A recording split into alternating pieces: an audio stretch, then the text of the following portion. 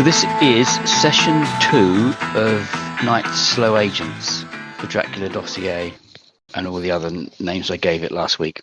So if you can remember, you had been called to an incident in Clerkenwell, a bomb hoax. There was a somebody left a barrel out in the middle of nowhere. Costermonger's barrel, a costermonger's wagon, a 19th century costermonger's wagon with a barrel containing a skull and a note, and that led you to what they call a grave in London, where you dug up the body of the man that was hung for the Clerkenwell outrage. Inside his coffin, sans head, was a mobile phone and a note, and that led you to a house in I want to say not Peckham, in somewhere starting with P that my names escapes me.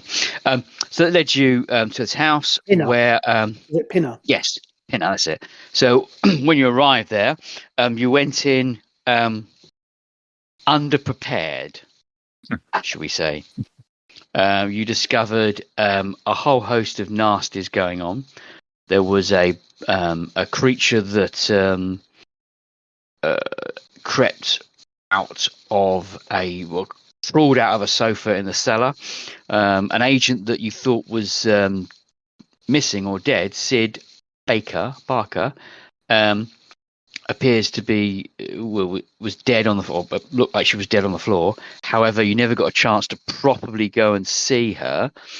But what you did do was discover that there was some kind of vampire thing that had tied herself to a chair, essentially asking you to kill her. And the ghost appeared.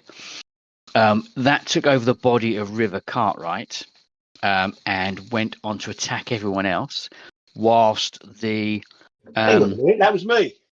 Yes, whilst the zombie crawled up from the stairs, or the ghoul crawled up from the stairs and attacked you. You managed to stove in the head of the ghoul with a knob kerry, which you found in the umbrella rack by the front door,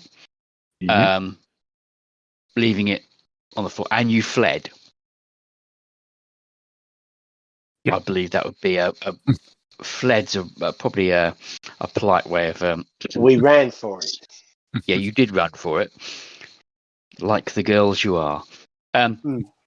So you arrive. We are still alive, girls. You are still alive. Just you arrive back in Slough House, and that's where we will give it a pause. This is half an hour, 45 minutes after the event. We'll give it a minor pause whilst you consider your options or have any questions. Right. So Louisa was injured, right? So I was in hospital. I guess. Well, no. Yeah. As this is your first session, that was your first attack, first fight. All the damage is bruising damage. No, you don't need to be hospitalised for it. Oh, okay. All right. So, and I, if memory serves, I believe the Welsh girl whose name escapes me has got one of you's got medical training, or a little bit of medical training. Oh, yeah, I can't remember which one. Give me a sec. I will find her. It is Standish. I think she's got. Standish might have. Hold on. General. There is. Looks like she's got first aid. Somebody had. Yeah. We went. We're trying to get one of them. Standish has got some points in medic, so she could probably slap on a bandage. Yeah. So what essentially does is she suspends some points, and you get 6 health back. Okay. Lovely. Actually, Louisa's a better medic. Louisa's got 10 points Okay, in medic, and Standish has only got 3. So actually, Louisa's But you- probably better off. but you still only get 6 points back. Yeah.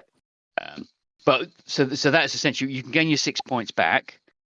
But it is all bruising damage, given that it was your first foray into fighting Combat. vampires. Yes, just to make things easier for you. Just to scare us the hell out of it for next time. Yes. Do we record the health on the character sheet? I can't seem to. Can I edit it? I think you probably just have a bit of paper if you can, Roger, and just make a Yes. note. I think it's probably the easiest thing to do. Yeah. Once you got once I figured out how to change that. I can probably change them. I can change them on the I've got the master character sheet because I'm logged into the Black Book, which is the it's like the Pelgrane Press character generator site. So, but I mean, to be honest, in the short term, it's probably worth just having a bit of scratch paper and just keeping a note that way. Yeah, because there will be an additional. I'm going to give you there's an add-on to your character. You are, because you've had your first fight, you will become afflicted, and you will gain vampirology with a +1, and sense trouble. You can add +2 to your sense trouble. Okay, hold on. Let me just make a note of that. If you just give me 1 sec, I'm going to make it. Is that everyone or just us? Or just everyone, because you met a vampire, and this is because you were attacked mentally and physically by a supernatural threat. Right. So sorry. Give me that again. So vampirology, everyone gains +1. Yeah. And sense trouble is +2. So what I'll do is I will update the sheet, Okay. and I'll send out a new PDF to everybody for next time. Everyone gets to choose either reduce your health by 2 or gain a PTSD. So what was the sorry? So you can either reduce your health by 2. Then you don't get PTSD, but if you I think I'm going to keep because I've only got a 5 health, so I think losing any more health is probably not a good thing. So I'll probably gain PTSD. We'll worry about the manifestation of PTSD in session 3, because I don't think that after 45 minutes, I don't think that's really fair to give you a PTSD immediately. It's not going to settle in. It's not have time to. No, but the other point, sense trouble and vampirology, your senses will be heightened anyway because of what's gone on. Yeah. So, what were those ratings again? Vampirology +1. +1. +1 and sense trouble +2, wasn't it? Yeah.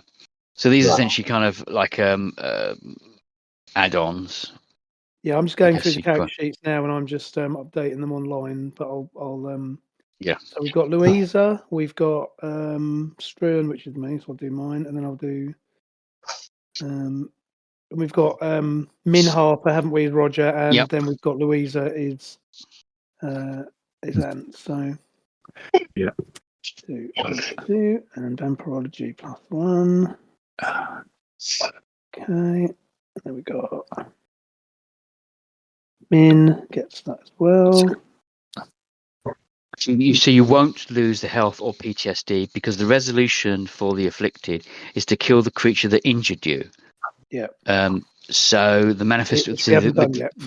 Well, no, you stove in the head of the zombie or the ghoul, so that will work. But we can. That's a bridge we'll cross at a slightly later date. Okay. Just say right. So I've updated the sheets, but like I said, what I'll do is I'll send them out. Sort of after the session, I'll send you all a new PDF of them. Okay. I'll make a note of that. Okay. So what is my health? Is it hit threshold? Yes. No, you've actually got health on your sheet. It actually is, if you look under so it's under general, and it's just called health. So it's under hand to hand. So yes. Okay. I think most people have got sort of a 5, a 6, a 7, 8, something like that. Yeah. It's around that number. Health 5. Okay. So and then you said we took How much damage? I can't remember how much. So you said- you were Mim. No, I think you just said that you're going to. So you said if you want to take 2 points of damage, you don't gain PTSD. Yeah. But if you keep your health as it is, then you will gain PTSD at some point. Is that right? Yes. Okay. I'll have I'm keeping the health. Yeah, same here. Take the PTSD. Thanks. Yeah. That does lead me to a serious question, though, right? Because given what we just saw last time, Yep. I mean, I'm thinking most of us are not going to want to go anywhere the hell near this again, because obviously our work, our world is essentially bureaucracy and filing and admin with a little bit of excitement most of the time. And obviously, given what we saw last time, my first, I think certainly Struan's first reaction is going to be, I'm not going anywhere near that ever again. I don't know what I saw, but I don't like it. Yeah, what the hell was that? Yeah. Yeah. Maybe it was just some guy like out of his head on drugs or something. It's probably a squatter. He's probably been in that basement for like 3 months doing heroin or something, and that's why he looks so weird. More like 3 years. So at this point, only you are in that main room. Obviously, Standish has come in and given first aid to Louisa. Yeah. And men nobody else. Yeah, so everyone that had been damaged gets 6 points back. She's made you all a strong cup of coffee and tea, obviously. Okay, I'm going to start rooting around. Come on, Catherine. Surely you've got something stronger than that. And I do obviously know she's a recovering alcoholic, but I'm like, coffee's not going to do it. I'm going to start rooting around. Well, you know that is the boss in? Is the boss in? Yeah, we know where there's a decent supply. I was going to say, but is the boss in? Yeah. I'll say, there is the boss in. Not yet. Okay, I'll go up to his office and say, right, keep an eye out. I'm sure he's got a bottle stashed away. I'm going to go up to his office and. I believe Mim has a bottle of red wine in his. Stuff red wine. I need whiskey. Red bloody wine. I need a little something stronger. I'm going to go up to Lamb's office, and I would imagine the first drawer I pull open, there'll be a bottle of whiskey tucked in there. Tesco's in fact, probably own. won't even bother having it hidden away, will it? It'll be sitting on the side. It's on the side, and it's Tesco's own. So So I'm going to go and get that bottle of whiskey, and anyone who wants it, I'll pour. I'm going to just put a shot into the coffee. As you're doing that, you can hear bellowing from the doorway. That's theft. That is. I could have you up. I could have you an HR on a sacking charge of that. What are you doing? That'd be better than what we've just come across, boss. That'd be much better. You wouldn't believe what we saw. You wouldn't believe what we saw. Some crackhead nearly ripped Louisa in half. Look. I need it for my nerves. It's medicinal. This is as my employer. You've got a right to tender to my mental health. Calm down. What happened? So I guess we'll give him a hysterical version of what happened. Can't really account for how come River Cartwright was apparently possessed. That probably gloss over that bit. Yeah. I'll just say this bloke here, the River, Mr. Hotshot MI5, he was bloody useless. He was wandering around in a daze all the time this was going on. Me and Louisa was at that point, he says, "You're all fucking useless." He says, "Yeah." He says, "So you left a Joe on the floor of the house and ran away." You're too bloody right. We did. You weren't there. We'd be dead otherwise. He's not. Absolutely useless. What Min's saying. He was. Honestly, I've never seen anything like it. I'm not cut out for this. I work in. I do admin. I do filing. I don't fight crackheads in crack dens in the arse end of nowhere. Right. So he goes absolutely useless. Wanders back to his office and comes back with a secure box. Okay. Opens it up, and inside are there's 4 of you, 4 guns and ammunition. He goes, "Go back and fix your mess." I'm not sure about going back. I'm not sure. Do any of you lot want to go back? Get off.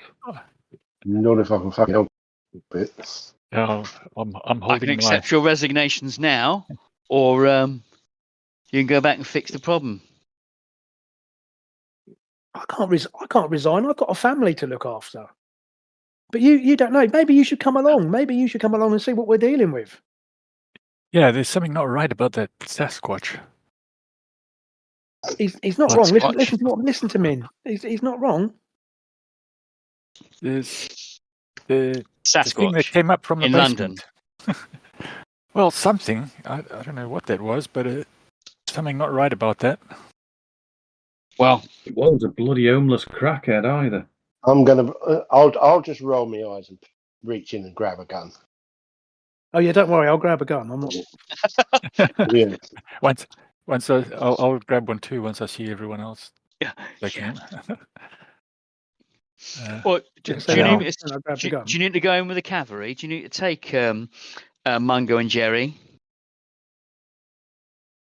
Well, I don't. I mean, I suppose we might have. I suppose we might have been seeing things a bit. I don't know. I mean, I'm pretty sure that was pretty bad. But I guess I guess this might help. And I'll wave the gun around in a very amateurish way.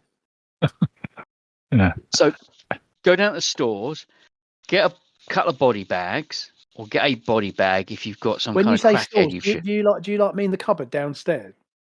Yeah, that it's in the downstairs toilet. There's a cupboard above it. Yes, take a couple of body bags. I'm sure there's at least there's 4 in there. As he looks around and you can see him mentally counting you before he says there's 4 in there. And anything else you might like to go and kill the monsters with? Maybe there's a sword in the back that cut their heads off or something. I don't know.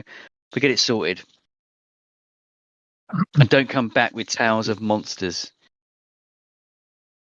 Ugh, Right then. I didn't sign up for this, honestly.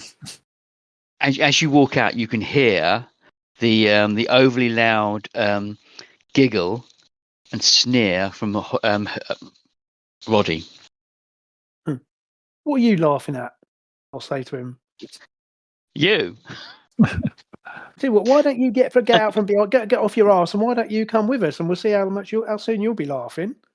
I've got zombies to kill on my new Xbox.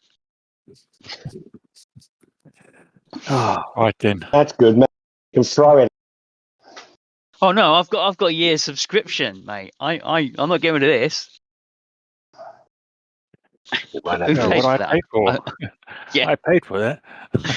I know. Thank you very much. I could go my PS4 5 subscription.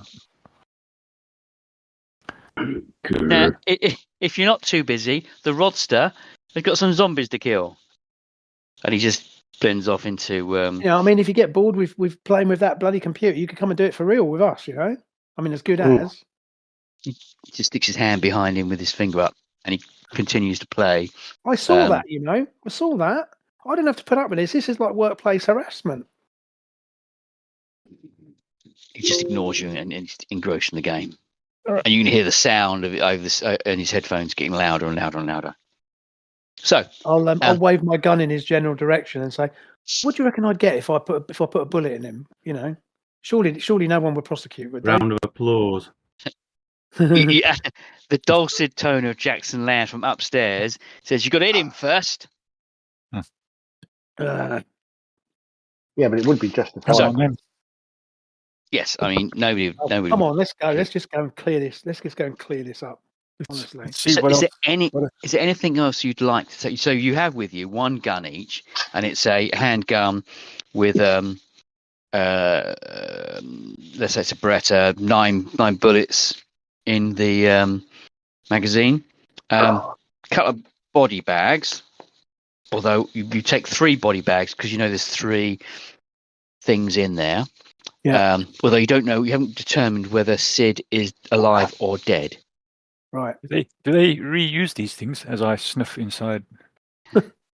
Oh yes. As you sniff inside, but the the driving license of Jed Moody falls out. In joke. So, the other thing that I'll look as- at as- Min. I'll look at Min and Louisa for that one because Yeah. I think they did for him, didn't they? Or at least that was the rumor. I didn't mean to kill him. Well, if you'd have meant to kill him, he'd still be alive. Yeah, exactly. It's a funny line. So he says, as you get to the door and creak the door open, you say, and when you get back, you got to go down to Romney. There's a bit of cleaning to do. He's sick. I tell you what, the glamour never ends here, does it? So You mean the you glamour head- never starts? no, it's all go. So you head back to the location of the house. But before you do that, is there anything else you'd like to take with you? Is there anything that you think might be useful? Chair leg. I'm not saying I've given you any hints, but is there Have anything we you'd got like any to take with ballistic you? vest? What is there? What's But yeah, available? see- I mean, more ammunition probably would be a good thing. So Chair leg. you have got 9 times 4 is, I don't know, 9 times 4, 46 rounds of ammunition. Right. Three body as bags. Roger says, what else have we got that would be of any In use? I mean, I've in the sort store. of, grenades and flamethrowers and whatever else. Well, obviously there's some tools in there because why not? So you could. So what are you facing? What is it you're facing that you? Can What do we you make know a- about? Can we get some chair legs to make steaks? So that's the thing. You've all got vampirology We at one. haven't made that link yet, have we? We don't. No one's mentioned the word the vampire word at this point. As far But as if I we- know. Didn't she? No. Had she said that? I No, don't she think she hadn't did. said that. She She just sort of did. said, kill me, didn't she? Basically. Tell me, I'm feeling tired and stretched. But Let me just I double don't check. think anybody has actually. I don't think anybody's actually mentioned the vampire word. So, as No. far as we know, again, and in my head, I'm thinking there might be more crackheads there, which Yeah. a gun would deal with.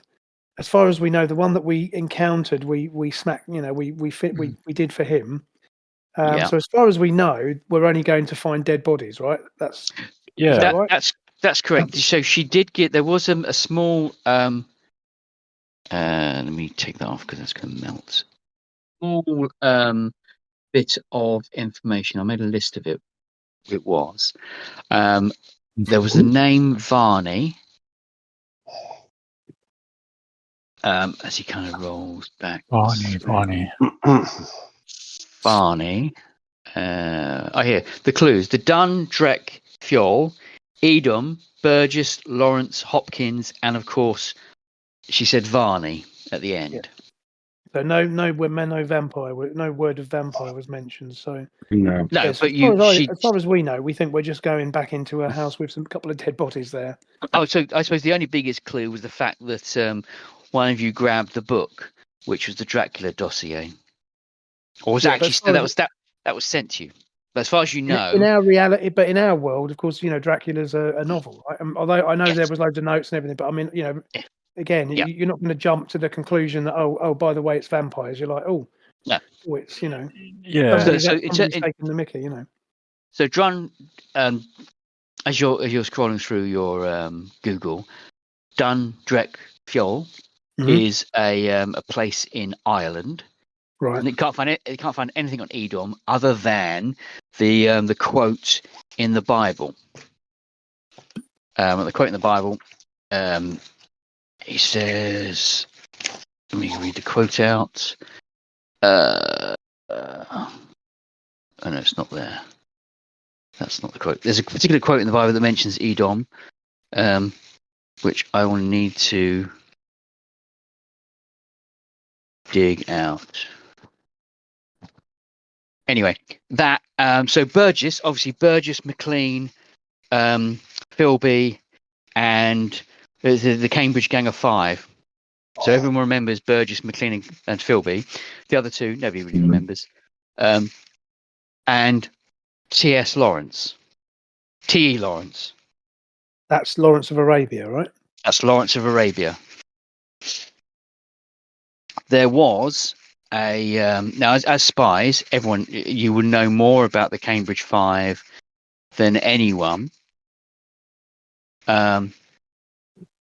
What you do know is T. Lawrence gave his papers to Kim Philby's dad. Okay, so which papers? Do you mean what, his memoir or his His memoirs?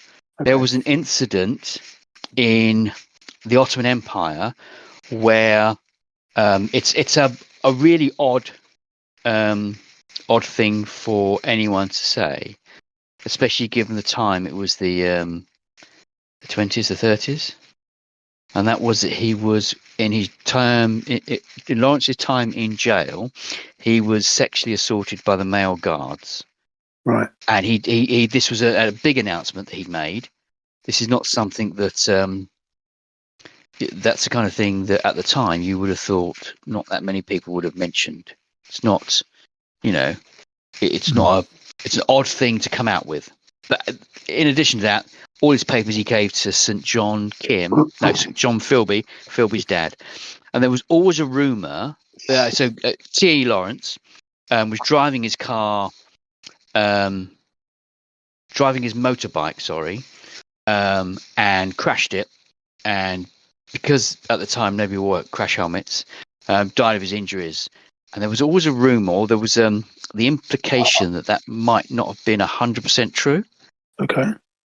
And Burgess had confessed to either Philby or McLean that he, on one drunken evening, he may have killed somebody in a van on a motorbike in the 30s.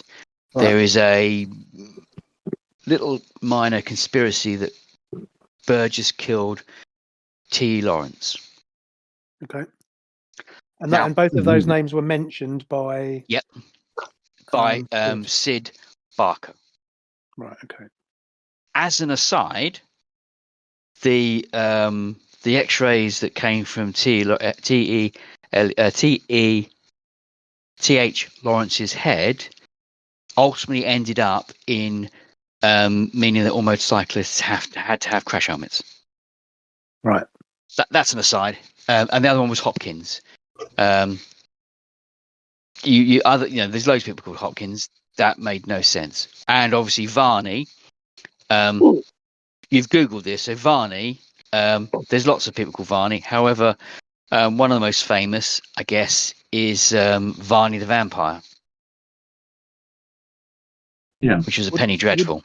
Oh, okay. But we probably so we'd Google that we'd find that reference through Google. But again, I don't think any of us are yet at this point going to jump to that as a vampire. So I think we're going out there with what we think to recover some bodies and deal with, with drug addicts, for which guns will probably be. I guess in the back of your mind, you kind of think that maybe River had sniffed some drug that had made him go a bit funny. I think we probably all resent him a little bit anyway because he's sort of, the kind of the hot shot, if you like, even though he's in Slough. I was the hot shot. Yeah, we all kind of probably have a little bit of resentment to him anyway, so I probably think he's a bit overrated. So, although I believe Louisa's better than him. Yeah, if memory serves. Not a great deal, but I think so. Yeah, but then but like I say, I think that makes sense. So I guess to answer the question, I guess probably other than taking, I guess if there's a toolbox there, maybe we'll take the toolbox. You never know, it might come in handy. Essentially, what I'm trying to lead you into is: do you want to take anything that might cut somebody's head off? Is that something that you would you think your character would? I don't honestly think that we'd go there.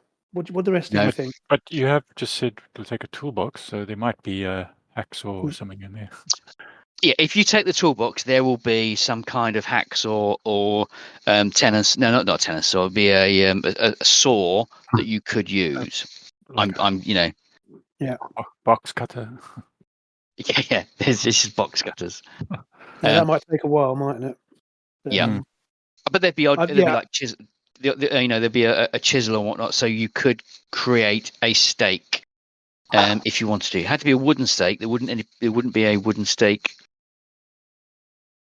Yeah. No, you wouldn't have a wooden stake in the toolbox. But so yes, you take the toolbox, 3 body bags, and you arrive. Where's my mouse gone? I've lost my mouse. There it is. You arrive outside the property, Okay. and it's been Couple 3 of hours. Yeah. So 45 minutes. Jackson shouts at you for 10 minutes, and you come back. So it's just under 3 hours. All right. So what are you going to do? I mean, I guess this time we're probably going to be a bit more careful. So, can I suggest maybe we do we'll do like a circuit of the house first of all. So, in other words, maybe one of us stay at the door discreetly. Yeah. Keep an eye on the front door. Maybe a couple of us will just literally. Can we get around the whole property? So is there like a back garden? If there's a Yes, back so garden, that's is it how. like fenced off or anything? Can we? No, you can get in. That's how River got in last time. Okay, so I suggest we first of all do a walk around the outside, look for any signs of life. Is there any other and basically try and like maybe if that back door is there, is it? Because I guess the back door was open, wasn't it? Because River got in. All the doors are open. They're just the front doors are ajar, and you can see it kind of in the wind moving slightly. So maybe what we want to do is close the front door and go in through the back door. So the front door is if the front door's closed, then it can't be opened from outside, right? It'd have to be open from inside unless you've got a key. So I suggest we close the front door, which means there's only one way in or out, and then we can then go in through into the reception, because the reception room was where we saw Sid, right? She's in the cellar. She's the baser. Okay. Yeah. So I don't know what the rest of you think. I think one way in or out, we can cover it.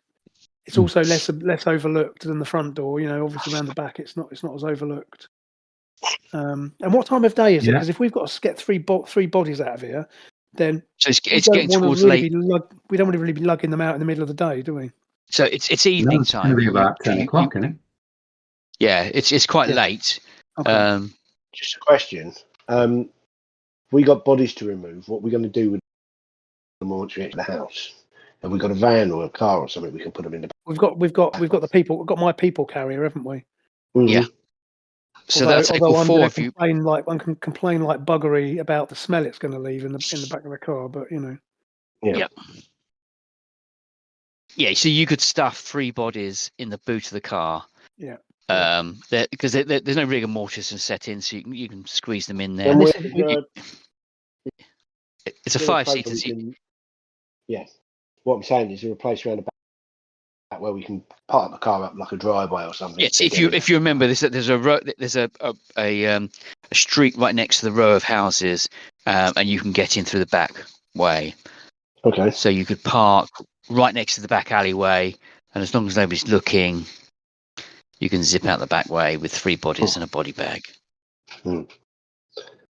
Or you could steal an ambulance and do it that way.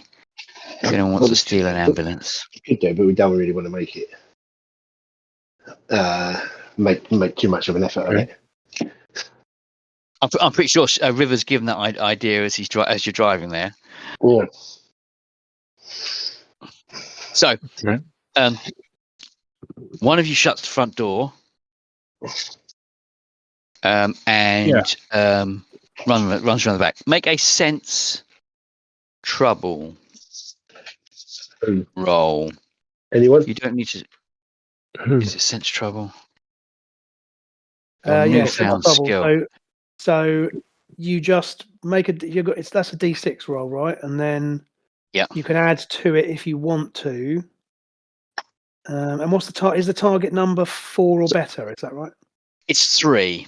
It's quite low. I'm giving you a target number 3. I've got +4 on it anyway. So you can just roll. Who's rolling? So Mike's got so River's got 5. So you successfully sense trouble.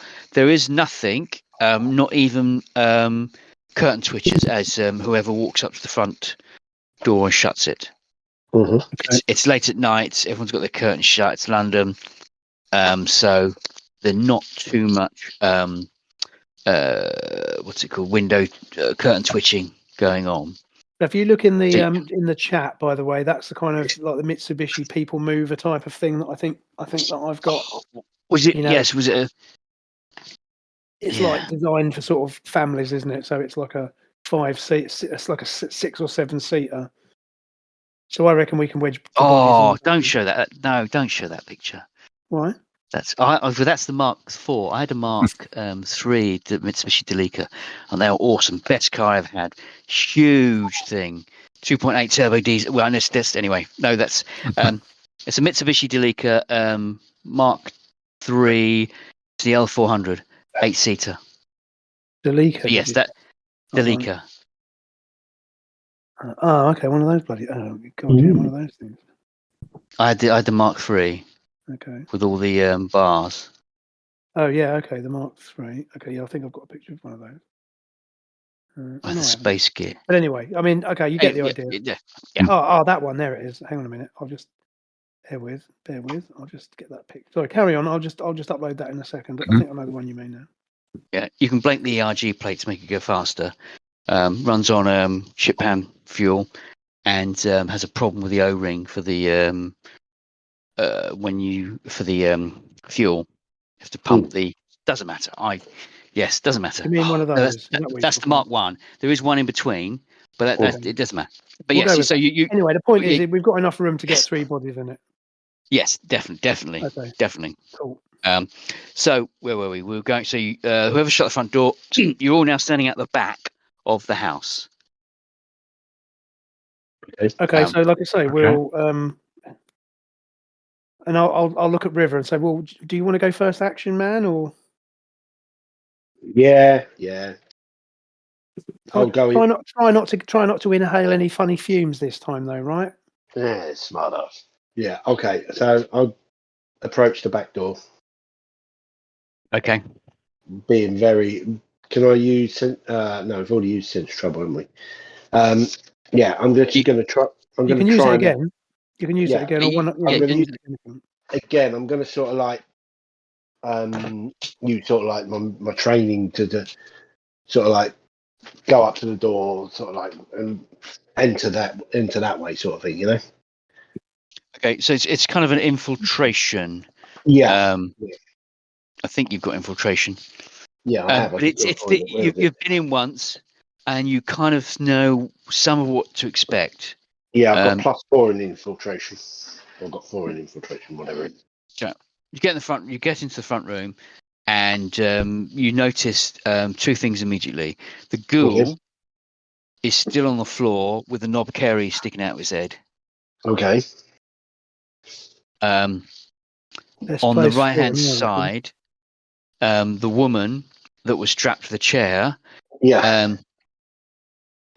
Is she's still there? Not. Yep, she's still there. She has got white froth coming out of her mouth, and it's bubbling a little bit, but her head's down. This is Sid, right? No, this is the woman, the old woman. Okay, yes. Yeah. Who you believe is, I think you actually know her. Her name is Mrs. Barrett. Yeah. Is it Mary? It's got to be Mary. Is that a descendant of the executioner or something? Yes, that's what you think. Although she did indicate she is in fact the wife. Which would mean she's way, way old, yeah. Yes. 1867 he was executed, so yeah, impossible. That can't be. Yeah. No. Nobody can be that old. No. Not even Bruce Forsyth. So the other thing, you don't see a ghost, but there are some pots and pans that have been thrown on the floor, and that's all you can see. Does she seem to be? So I take it we'll sort of all cautiously filing after River. So does she seem to be moving, or is she? Just little bubbles out of her mouth. Her head's down, like rabies. You've seen pictures of dogs with rabies at white froth. Sort of like people who've ingested poisons and stuff. Yes. Right. Okay. Ooh. Don't go near her without your gloves on. No. So yeah, actually, talking about gloves, we'll assume you all have rubber gloves on. We probably should. Yes. Box of latex gloves in the car. Yes. Although you only had 3 sets, so Struan's got some marigolds on. Bright yellow marigolds, like you're holding a Beretta. That could be quite amusing. So yes, that's what you see. Cool. As all of you now enter the room. Thanks. Okay. So, who's got? Have any of us? I think we established, didn't we, that Louisa's got decent first aid. She's got health, health. She's got like a medic. Yeah. So, I guess it might be worth cautiously checking her to see whether she's still alive, first of all, and then probably a couple of us probably need to go down to the basement to check, because Sid was in the basement. Is that right? Yes. So I guess if a couple stay and check on this, so we're pretty happy that the ghoul is not getting up. He hasn't moved. It hasn't moved for 3 hours, and the knob kerry, which is essentially a stick with a big kind of knot Metal at the thing on end. the end, Yeah, has gone through the back of his head, and it's on the floor. You know, it's either been lying there for 3 hours waiting for you to turn up, which seems wholly ridiculous, or you think you've killed it. Okay. So, can I suggest that maybe, I guess I would think probably Min would probably want to stay with Louisa, right? Yeah. So I suggest then maybe River and I then go down the basement and see what's happened to Sid, if she's still there. Okay. So no one's particularly happy about any of this, I guess. But one question: is there an upper floor here? We didn't ever check the upper floor, did we? No, you never went upstairs. Do you think we maybe should check the upper floor first, River, before we go down to the basement, just to make sure there's nothing nasty waiting upstairs? Yeah, that's probably check our behind, so to speak. We've not actually, we've not been. We've been in the basement, we've been in this room, but we've not been upstairs. So I think we should probably check upstairs first before we. Yeah. Okay. So you step over the ghoul, the pair of you, and you wander upstairs. Yeah. Min and Louisa, you're going to check on the woman. Well, I'm going to give her a wide berth until I can check the bonds and see if she's still secured. So yeah, she's chained in. As you start looking at the chains, you realise there's a series of padlocks. And some distance away, near where the ghoul fell, there is a what's it called? A keychain, a ball of keys, which look like padlock keys. A ring of keys, not a ball of keys. Yeah. Go on, Min. I'll let you pick that up. Pick her up. The keys. Keys. Oh, okay. Well, grab the keys. Not sure. Looking at this. They'll be for these padlocks, probably. I do have a question. We should maybe ask the question as to why is she tied? Why is an old woman tied to a chair with chains? I mean, just a thought. Yeah, I'm not sure. Do we? Oh, by the way, look, there's an AI image I've just done with the woman. Does that give you an idea? Do we want to be unlocking this? That could be our cover picture there, Kevin, for this episode. I think. What do you reckon? Yes, that's actually perfect. There you go. Okay, I'll use that one for the cover for the episode then. All right. What? That is, and she has enough fingers and hands. Yes, that's perfect. Yeah. So she didn't tell you, other than that she felt that she was burnt out. She was stretched, and she wanted it done. She was over. She'd had enough, and made a big deal of that, wanted out. Yeah, she made a big deal of that. I remember. She said she wanted to burn it all down. That's why she sent you the book, and wanted to end it all.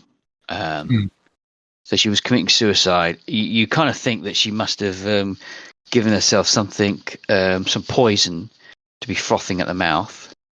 But as you assumed she had died, she did shout, "He's alive! Varney's alive, and he's on Persephone." Persephone? Persephone. Yes. Persephone? Persephone? No. Let me get the Proserpine. Proserpine. That's it. Proserpine. Proserpine. Which is Let me just get because there's two that sound alike. I want to get the right one. Well, Anyway, so you see, Louisa, should we? I'm not sure. Should we be unlocking? Proserpine. Yeah, Proserpine. Yeah. Where? Proserpine. Proserpine. You can Google that, but that's Okay. So what should we do? Is she still alive? I'll check for a pulse. I'm going to have to do a med check, aren't I? Yes. So as you roll sector. okay, before that happens, there's a slow motion camera shot as Min starts moving his hand towards her neck. Then we go upstairs. There are two bedrooms. Ignore the side bedroom because that. Oh, he's breaking up. Ignore the side bedroom, but there's two bedrooms upstairs. River and Struan. They are well lived in. One certainly has been lived in quite a lot. The other room seems to be more of a storage room. There's some dresses and a few bits and pieces, but there's nobody up here. Okay. Is there any? It's dark upstairs. There's blackout curtains. Is there any? Are there any? Blackout curtains. You say interesting. Yep. Are there any? Wardrobes, like chests, cabinets, anything that could, somebody could be hiding in. Just to be clear. Yeah, there's old Victorian-esque wardrobes, really old, solid wood wardrobes. I'm going to check the wardrobes very carefully. Kind of stand back and open the door just to make sure there's nobody lurking around. Because as Mike said, or as River said, we'll check our arses, cover our arses. So yes, and there's nothing up there. What you do find given past knowledge of you, Kevin, you'll forgive me if I don't if I'm very cautious. Yeah. Does it look like anyone's time travelled in this room recently? Yeah. No.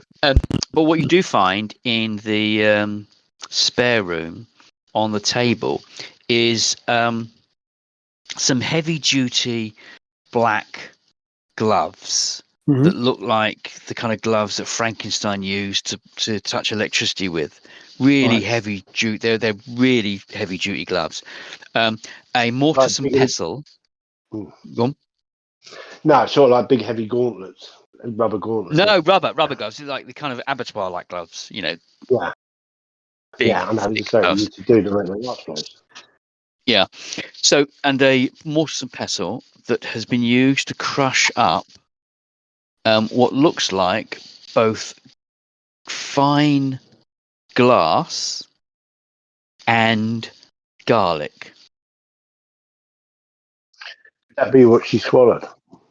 But that's what you can see. That she's crushed up, and there's some little there's a vial and a what's it called? A little metal funnel. So she's created a liquid to put in there. But glancing around, you do see against the wall what looks like part of a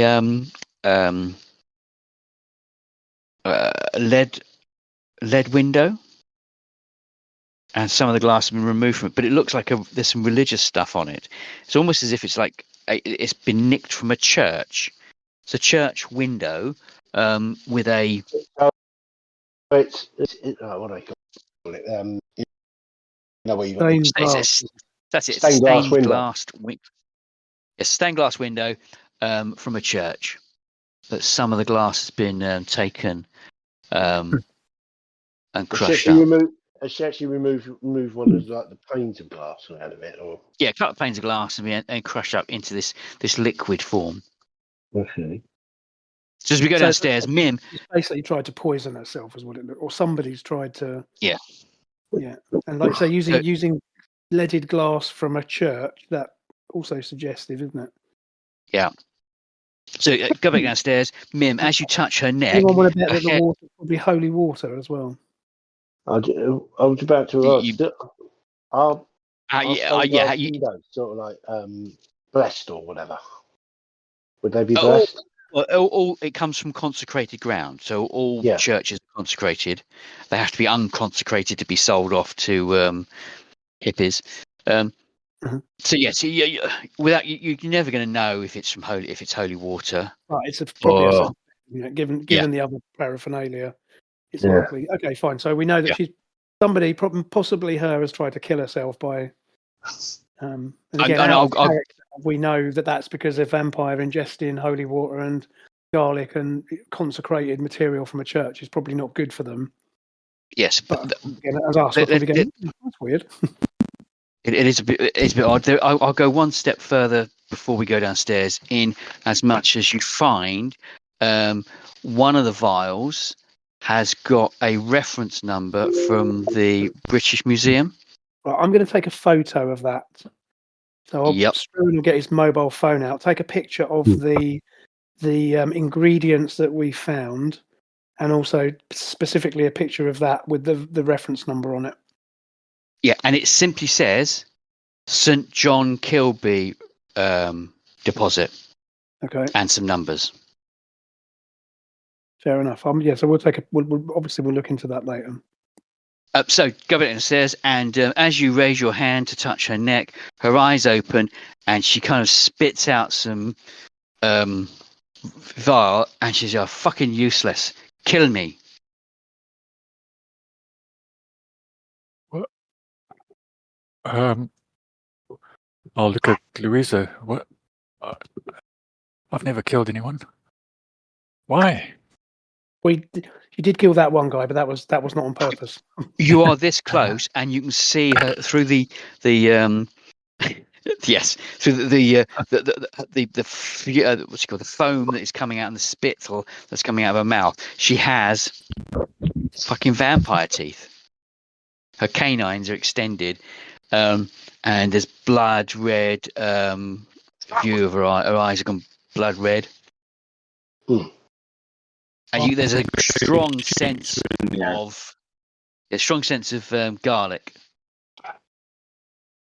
Oh, I'm gonna stand up and back off a little bit, and just gonna hold up my hands and look at Louisa. So Louisa, Mim holds up his hands. One, Shot her in the head. I'm sorry. Sorry? You're going to shoot her in the head? Shot her in the head. You're breaking up quite badly. Yeah, you are breaking up a little bit, but you're going to shoot her in the head. So make a roll, and essentially, if you get a 1, shoot her head. If you get a 1, that's you've clearly missed your point blank range. But a 1 will. Got a 3. Do you want me to use the roll I was making for the med that never happened?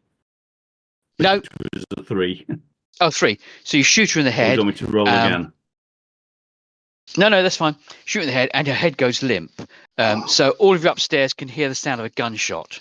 So we sort of look around, panicked, and obviously probably have the guns out already, and I guess we'll probably go charging downstairs. Well, I'm gonna grab one of those vials and leg it downstairs, just as evidence. So I'm just gonna take it downstairs. Yep. And go charging downstairs and sort of run into the front room and go, "What the fuck?" So the head's back, and there's a bullet hole in her head. Yeah. I'm gonna look up in shock, but I'm gonna start after I recover. I'm gonna start trying to get the body into one of the bags. You would have to, using the ball of keys, undo all the padlocks. Yeah. I'll fumble with the keys and try to start doing that.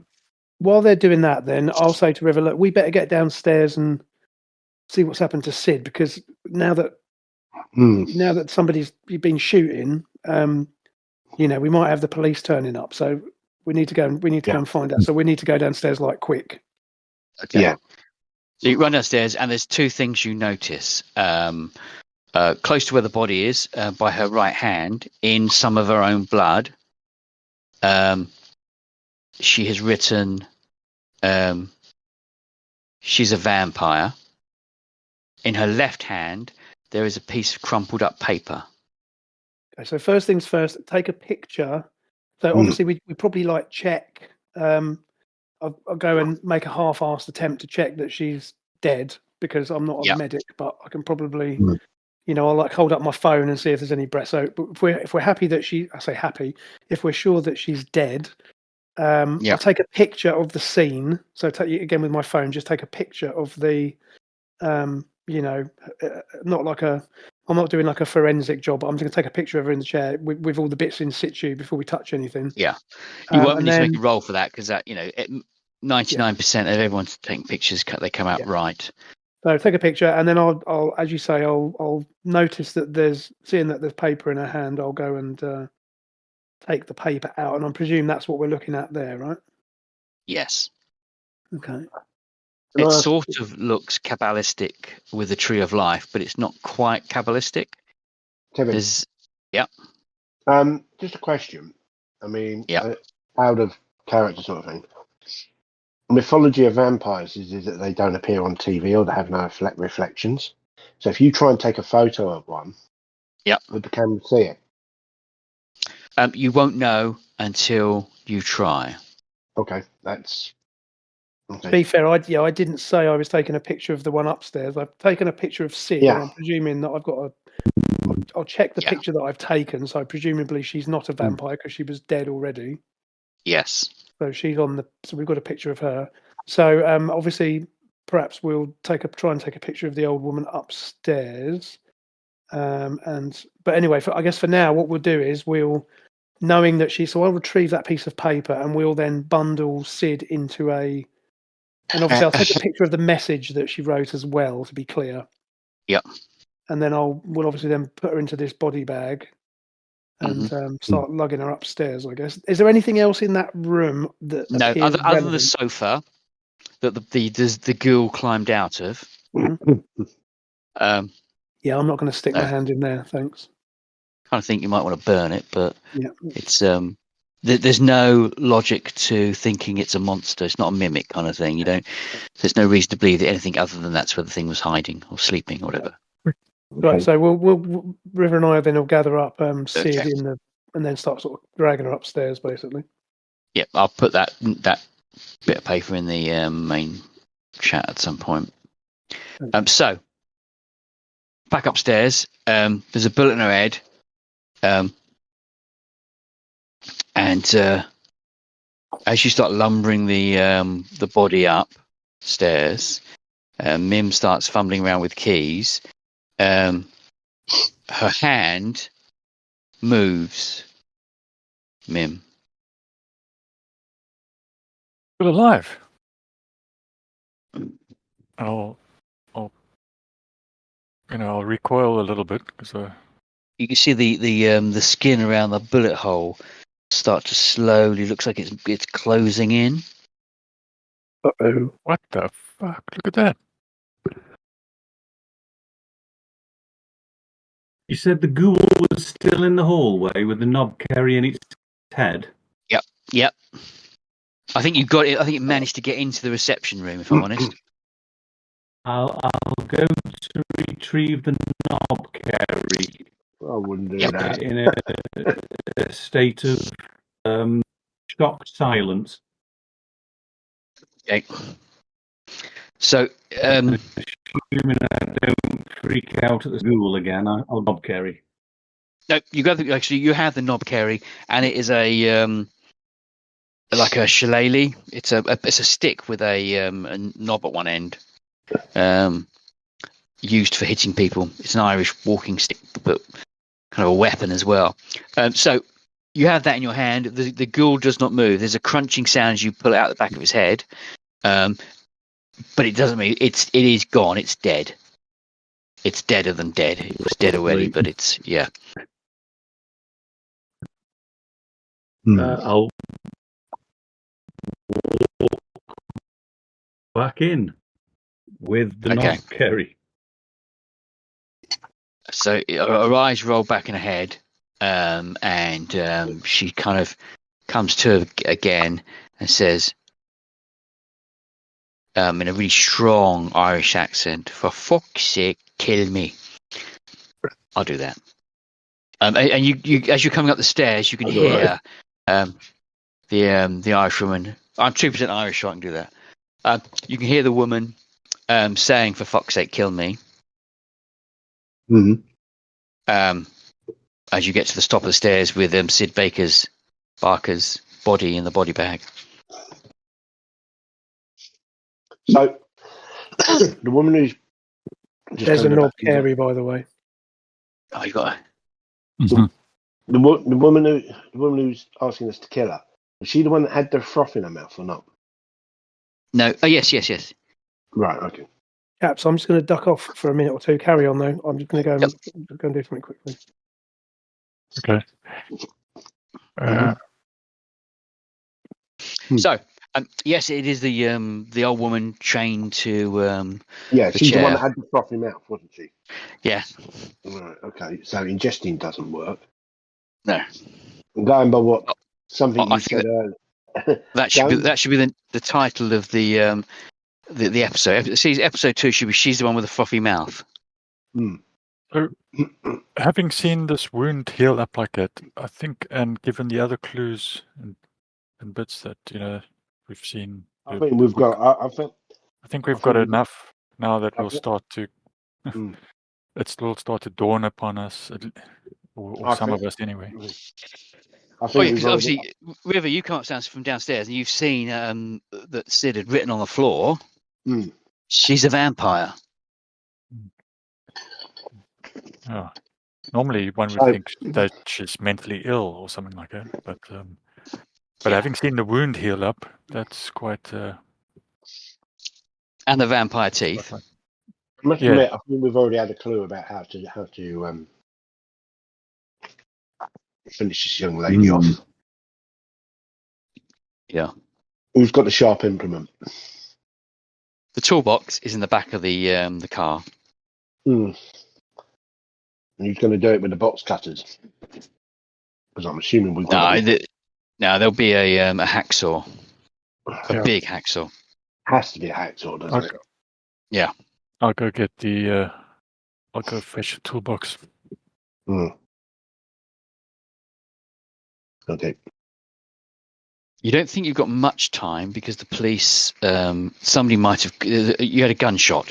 Somebody might have called the police. Although it is London, there's a good chance that didn't happen. Yeah, but it's also your game, so there's a good chance it did. Right. Yeah.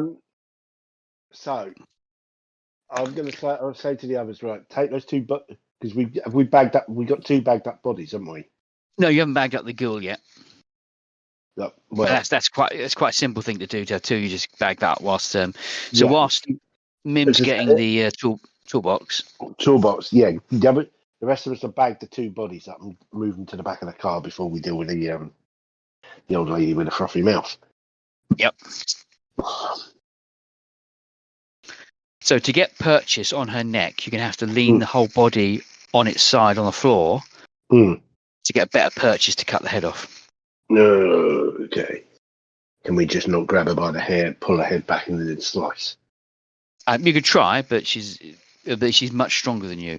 And even though she wants to die, the natural tendency is Yeah. You might want to jump in the river and try and drown, but your survival instinct will kick in automatically. You can't control that. So use this. I'll hand him the knob carry. Yeah, but that's not going to do much good, is it? Hang on, what's the knob carry made out of? Wood, hardwood. Wood. Yeah, really hard Irish wood, Yeah. an oak, or maybe a. Has it got a point at one end? So there'll be a sort of point at one end because essentially it's a walking stick with a big knob at one end. Okay. So it's like a stake. Yes. Okay. Well, if she says she's a vampire, and I'm gonna start. It's a good Yep. thought. I'll start sharpening the end of the run the stake through her heart. with the box cutter. Box cutter. So you're using the Stanley knife to whittle away the wood. Make it sharper. Have we got a hammer or a mallet in the toolbox?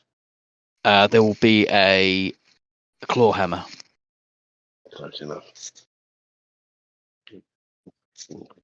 Okay. It's a strength roll, difficulty of 4 to punch this thing through her chest. Right. Okay. So first of all, anyone has got any kind of medical experience to know exactly where the heart is.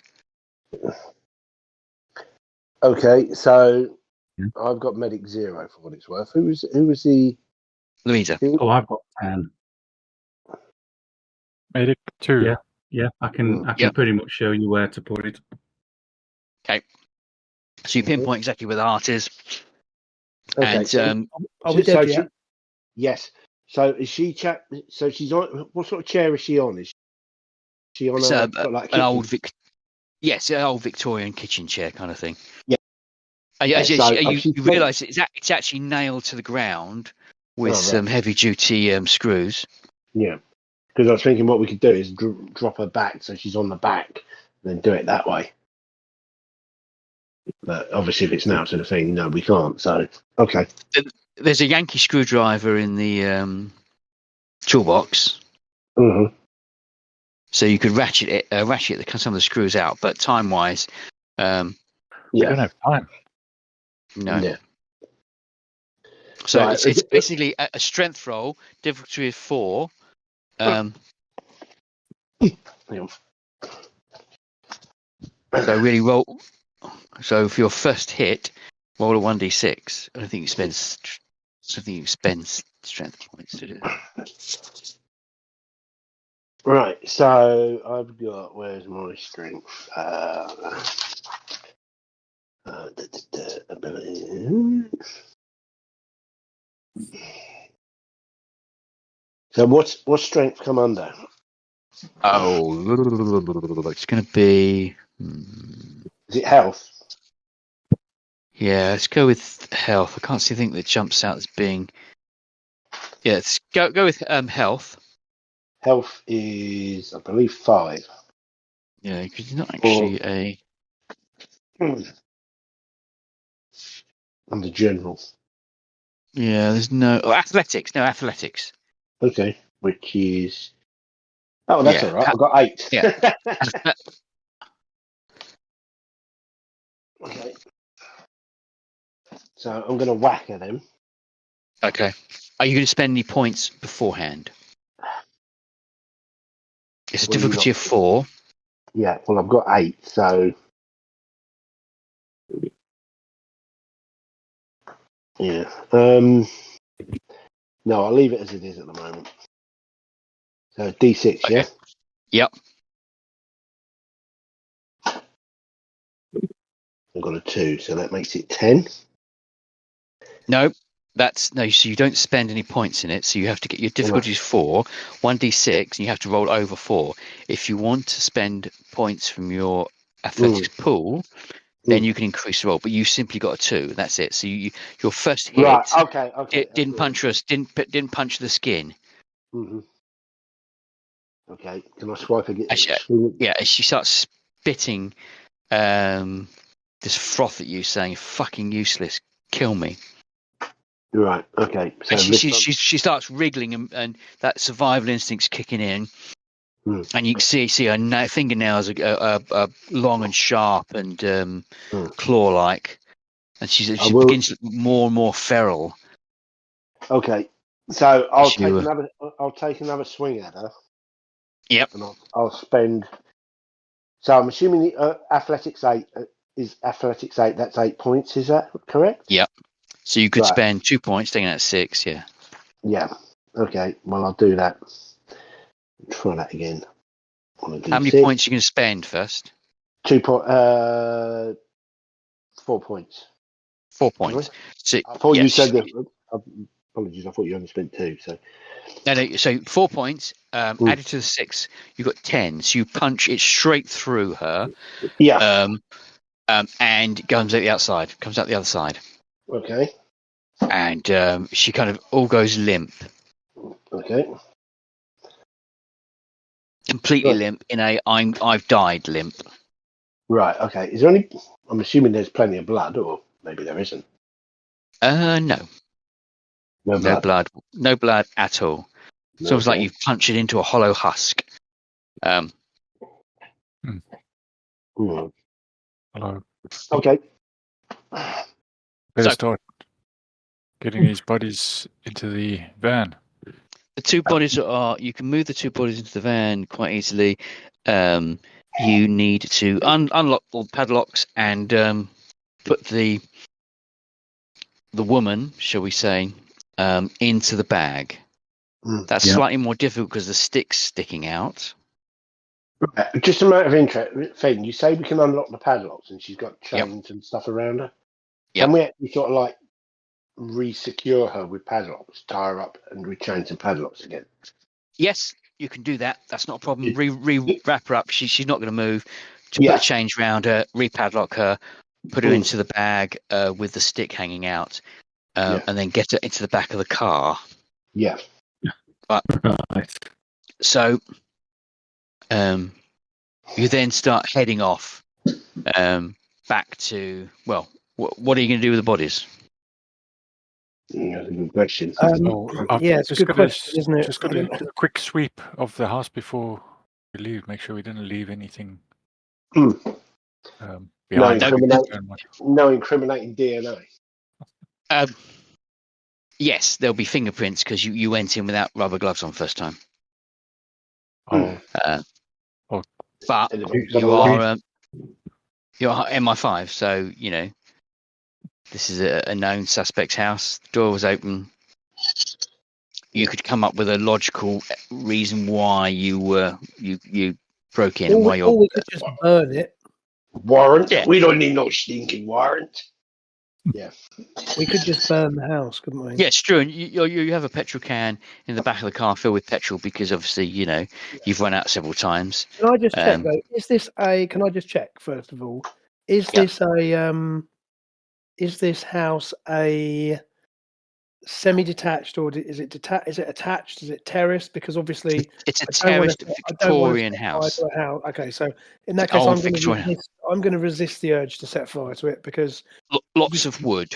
The people in the house next door will be in danger, so I'm not prepared to do that. So no, I'm not going to drop petrol everywhere. Yeah.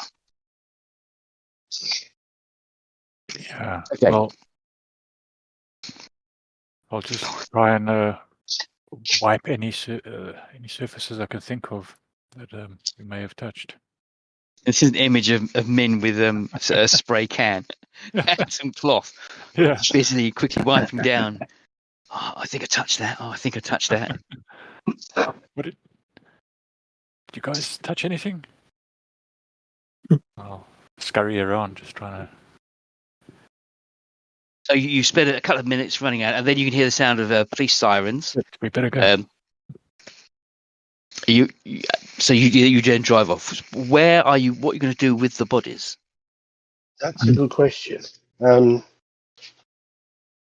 it's always that graveyard we dug up, wasn't it? It's not a bad shout. That's a good point, actually. Yeah, it's not a bad shout at all.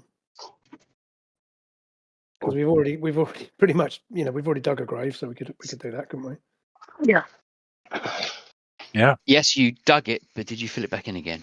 Well, I don't think we did actually. All joking aside, I don't I'm think not we did. convinced we did. No. No, I don't think we did either. I think we were in too much of a hurry, so Yeah. I think it's entirely plausible that it's probably still.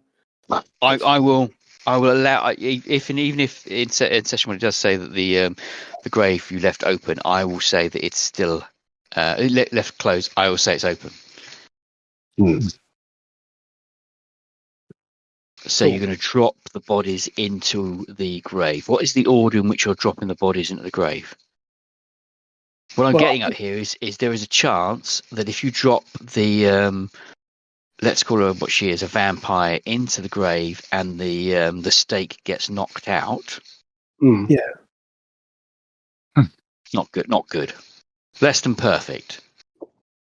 Well, we could lower her in Yeah. rather than drop her. Yeah. I mean, you do have a hacksaw in the back of the car. You could cut her head off before doing that. Mm.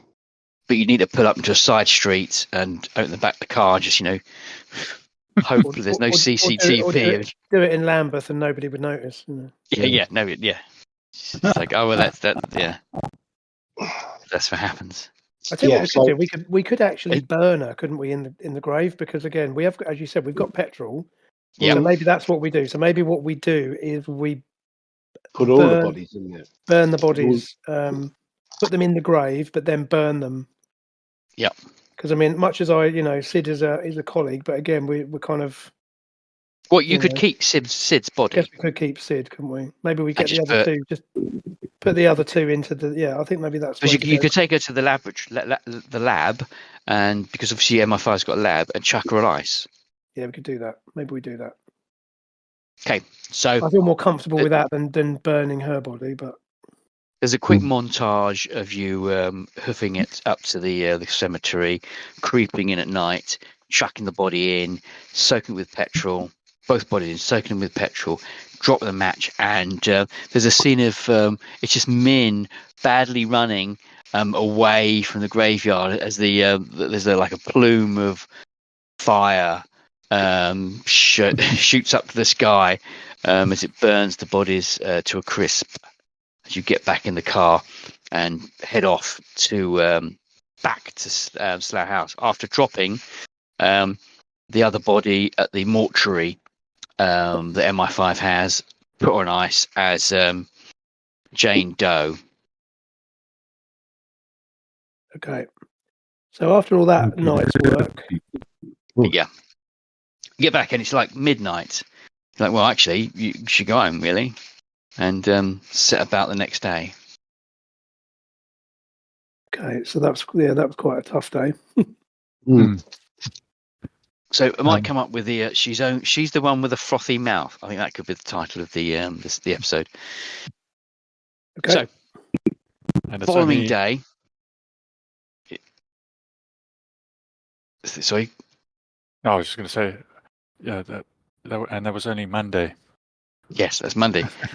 So Tuesday morning, you arrive at work, and Jackson calls you in the office. He says, "I hope you cleared up your little mess from yesterday." I mean, excellent. I guess. Yep. Well, it gets worse for you.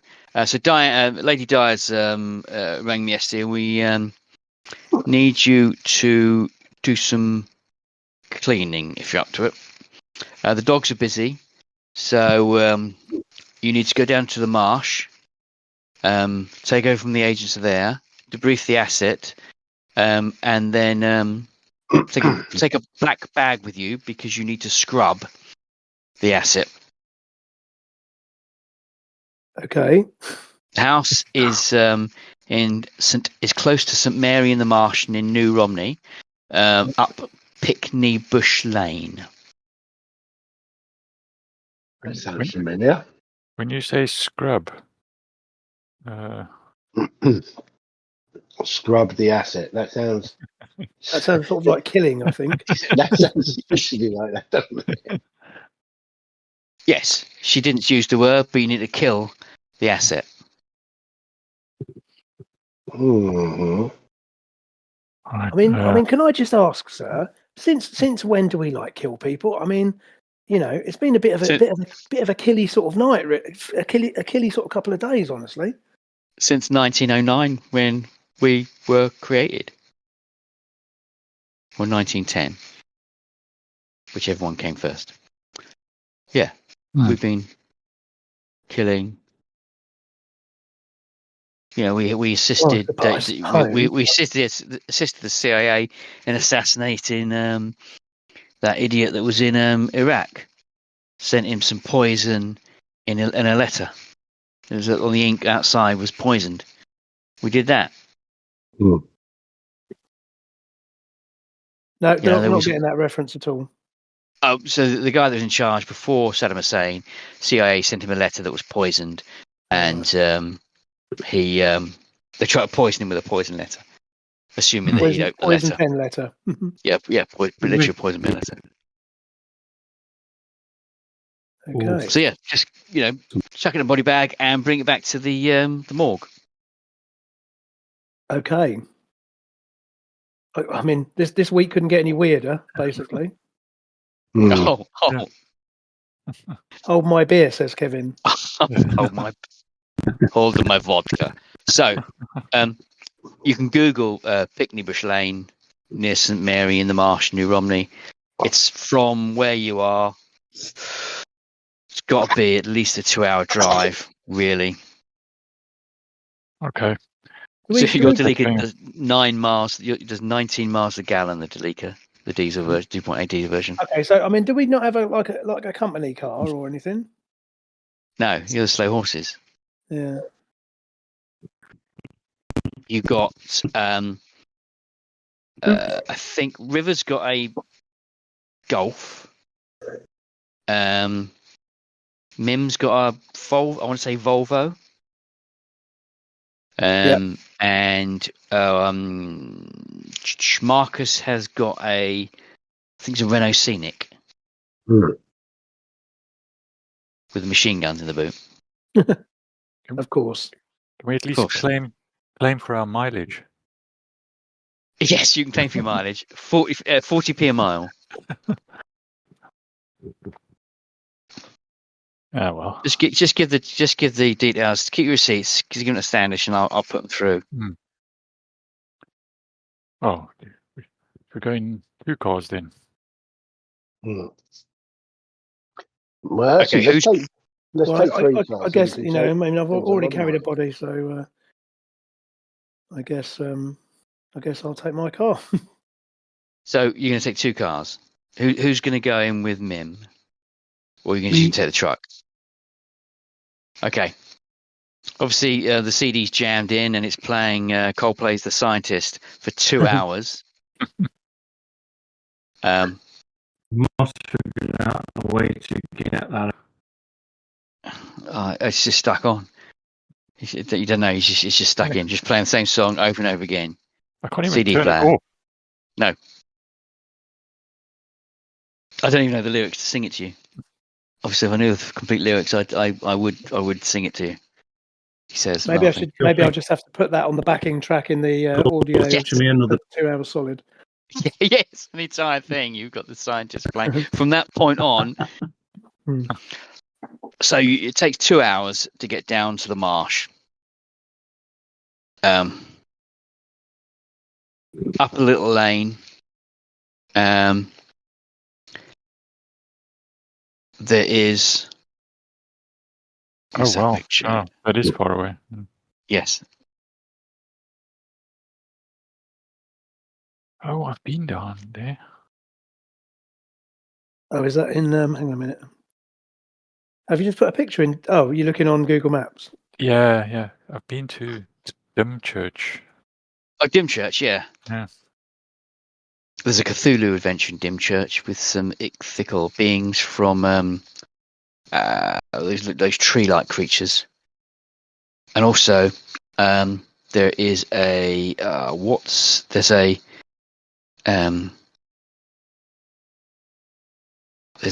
a radio play that has deep ones in Romney Marsh, and I'm pretty sure there's deep ones in one of the Sherlock Holmes meets Cthulhu in Yes, there is. Yeah. Romney Marsh. But they're not deep ones in Romney Marsh. It's just a bad person. Okay. So all right. So we'll head off then. So you head off, and it's a little cottage that is a MI5 safe house. Driving up the lane. Let's just check if anything nasty's up the lane before I. Here we go. You're Googling it via your MI5. What information you can get from MI5, which is limited with your login, but it's an old World War II safe house, where some high-ranking Nazis were kept after the war. It looks like it's actually been under your remit for the last 40 years, although you didn't know Slough House was going that long. It's almost been forgotten about.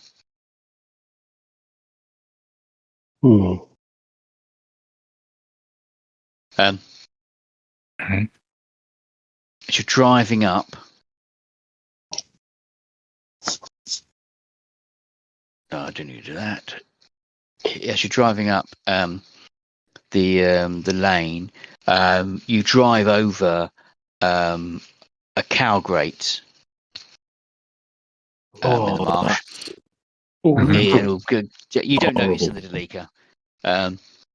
But what you do notice is that there are a couple of e-bikes that have been dumped because you're so high. Sitting in that car is higher than sitting in a Range Rover. Right. So as you're looking around, you do see there's a couple of e-bikes that have been dumped in the brook, which look a bit odd.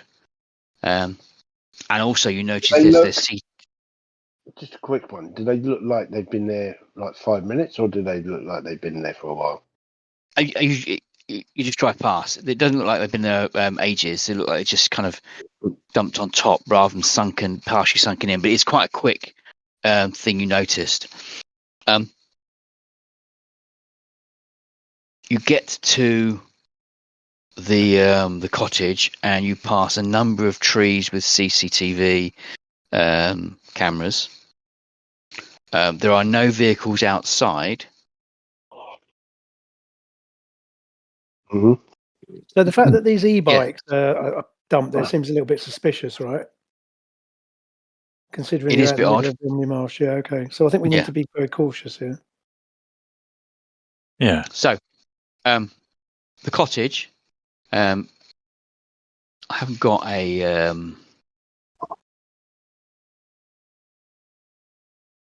Let's go there. Cottage. That's essentially a cottage.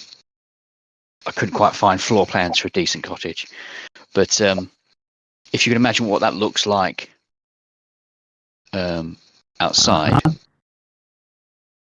So you park up. What are you going to do? So this is the safe house, is it?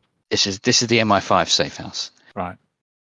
I mean, I assume we probably just would knock on the door, right? Because we think it's a safe house. So as far as we know, Well, the thing is, if they want us to go up, he wants us to go and clear up the mess, and he says there's obviously people up there who. Am I right in saying we were basically going up there to relieve someone to do the job? Yep. So there should be people in the house. Yeah, there should be agents in the house. Yeah. Yeah. Mm-hmm. Yep. So you knock on the door, and an agent comes to the door, or somebody comes to the door, and goes, relief. Great. Keys? What do you mean keys? What keys? I see where this keys. is going. What? Car keys. You're my relief, so I'm going to take the. You're not having my car, mate. You're not having my car. That's my family car. That's not an MI5 vehicle. That's my own car. You're not having my car key. Sorry. What? I take the other car. What other car? There's two. You came down in two cars, didn't you? Or is Mim lost? You can't have my car either. No. Hang on a minute. These aren't MI5. We're not like you lot. We don't get company cars. These are our own cars. My wife are going. Didn't you bring a pool car? Who are you? Fucking Slough House or what? If I were you, I'd start walking, mate. And I resolutely put my car keys back in my pocket. What? No, did you bring a pool car? No, we did not bring a pool car. Our governor did not tell us did not send us in a pool car. We came in our own cars. You're not having my car keys. End of. Fuck, you're Slough House, aren't you? What's it to you? Fucking cowboys. I'll get. Well, enjoy your walk, won't you? Enjoy your walk. I'll get an Uber. Fucking losers. Get an Uber, you do that. And he just walks off. Just walks past you, shaking his head. And he kicks the Volvo as he walks past, setting off the alarm. If he kicks mine, he'll probably break his foot, wouldn't he? Yeah. Sticks his finger up, keeps walking. You see him on his phone trying to ring for an Uber. But please tell me there's no signal. You'd be lucky you get a signal. Yeah, please tell me there's no signal. No, there's no signal. He's got to walk away down St Mary in the marsh to get a signal. We'd have given him a lift if he wasn't being such a prick, wouldn't we? Yeah. So he walks off. Great. I just keep an eye on him to make sure he doesn't do anything to my car before he goes. No, he just walks off down the lane. Brilliant. And then we wait until he's well out of sight. Then we just go, "Oh, we told him, didn't we?" Yes. Yeah. Anyway, so you're standing outside outside the building. We should probably go back. Well, I guess we'll go in then. So, speed things up. You wander in, and inside the room with the little man is sitting on a chair, tied up. Is a little man. Okay. He has a strong Eastern European accent. Unless anyone has got some way of checking languages. Got. We'll see. Let me have a look. I've got language. But let's take a step back before we do that. Did any of you, whoever wasn't driving, you had a vial with a name on it? Did you want to Google anything about that before? Because you got That's a good idea. We could Google that, couldn't we? Yes, absolutely. I could do that. I did that on the journey up. Okay. I did it on my phone. Weirdly, I've got where is it? Research. See. I don't think you need to make a research roll. You're just using Google. No, you're using Google. Just you've got a name and water. In 1923, St John Philby collected water from the Jordan River at the spot where John the Baptist baptized Jesus, apparently, and sent it to the British Museum for unspecified tests of its holiness. Right, okay. Oh, it is holy water then, basically. It's about the holiest water of the holy water you could probably get. Is that fair? It's yes, I guess. If you believe that sort of thing. Yeah. Hey, I think I actually found. I think I found Which the is actual house. Cool. Oh, I couldn't get a floor plans. I was hoping it'd been sold on Rightmove to get floor plans for it. So that's odd. St John Philby is Kim Philby's dad. Kim Philby was one of the Gang of Five. Yeah. Burgess and Lawrence have all popped up. It's a bit weird. Oh yeah, that's not too bad. But that's not a too bad representation, I don't think. Awesome. And it's actually Pickney Bush Lane. Yeah. Very good. We'll assume it's one house rather than the whole 1, 2. Looks like there's 3 properties there, possibly. But anyway, so yes, you're inside. He has so languages. If anyone's got a language skill that they want to attempt, he is going to speak in a specific accent. It's Eastern European. I've got languages. I'm looking at Struan now. I've got languages. Struan's got languages 2. Same. Now, thing is though, I didn't specify languages because I don't know whether you have to specify languages up front or. I've got the book in front of me, so give me a minute. I'll have a quick look. So it's an ability. It is languages. But also looking around the room, there is a manila folder with a name on. Yeah. I'll take a look. Which says Anton Depovic, aka the Serbian. Right. Okay, so according to the rules, for each Yep. rating point in languages that you have, you Yep. are verbally fluent and literate in a number of languages other than your native tongue. Okay. So I guess that means. So I will pick. I mean, so did you say it's Serbian? I mean, yeah, but he can speak English, but okay, with an accent. You don't need to pick. We can worry about languages later. Fair enough. Okay. So the guy's he's obviously been beaten a fair bit. He's rambling. He tells you he's been cursed. So our instructions were to debrief him. Is that what? Yeah, debrief the asset and then Yeah. shoot him, basically. Okay. All right. I'm going to start by looking at the file. Flipping through the file, it kind of shares that he was picked up at the Antonov airport in Ukraine. Interpol thinks he is marked as the thief who stole Brigadier General Lenant's briefcase.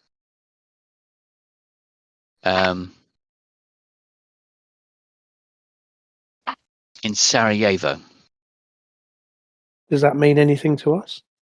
You can Google it. Brigadier General Lenant is a Canadian working for NATO. He died mysteriously, but it doesn't say anything about a stolen laptop in Google. But it does say in the documentation that there was a laptop that was missing. Anton stole it, sold it to a third party. Need to know name of third party. And he's rambling whilst you're flipping through this. And he says, I'm cursed. I won't do the accent. I can't do a Serbian accent. So I'm cursed. She cursed me. Who cursed you? Baba Roga cursed me to find the Spear of Destiny to kill the Morai. I'm cursed. Okay. Have you had a bit to drink, mate? Have they been feeding you alcohol or something? Or he spits a tooth out on the floor. I said, well, that's not very hygienic, is it? And what do you want? I mean, that's an excellent question, actually. I don't think we're actually sure what we need from you.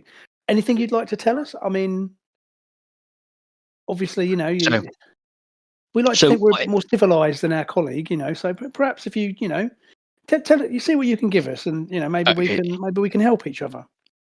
So the paperwork says that he was picked up near the Antonov airport, Antonov airport in Ukraine. Antonov. That's Antonov. Yes, you can Google that and see why it's famous. And he says he was picked up crossing from Transylvania to Moldova.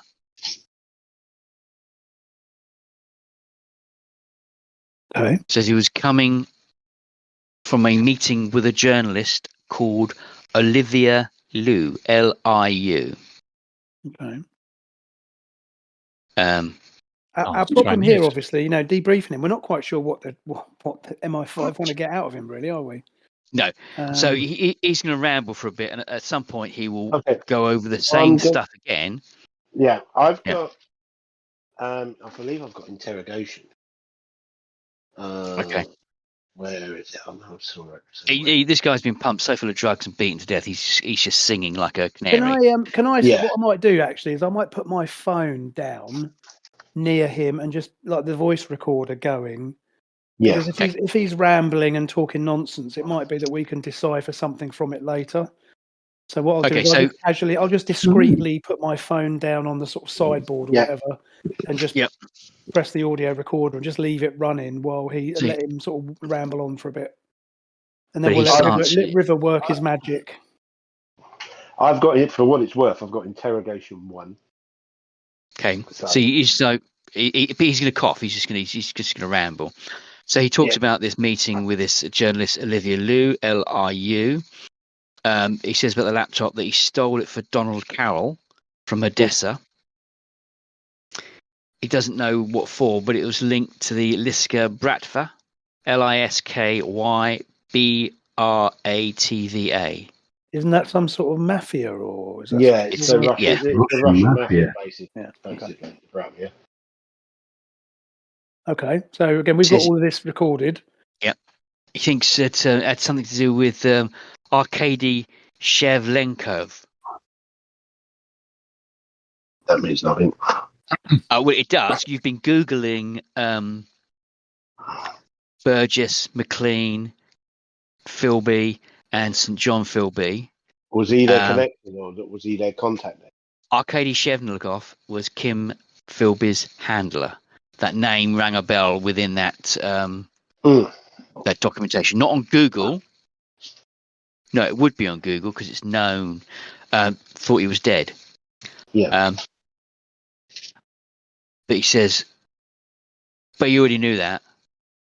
But this is what you really want to know, isn't it? What I saw in Anatol.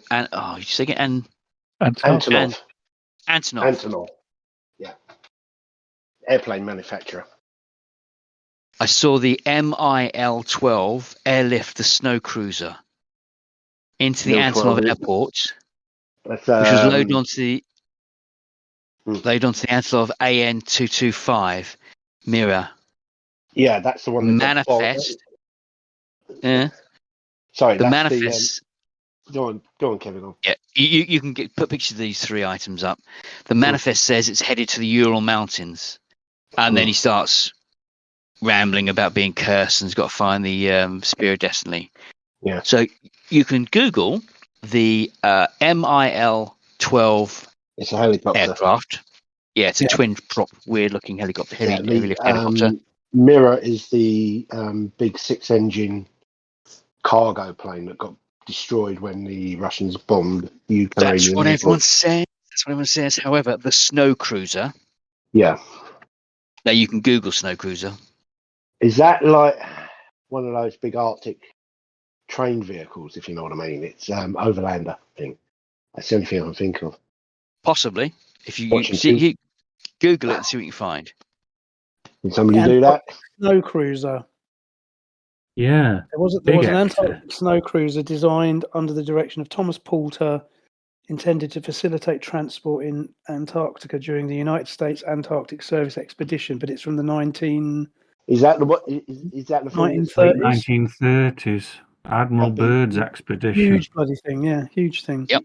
It's basically, yes. I know what you mean. Yeah. It's that thing. It's that red thing. Yeah. Sometimes you see it with aircraft on top.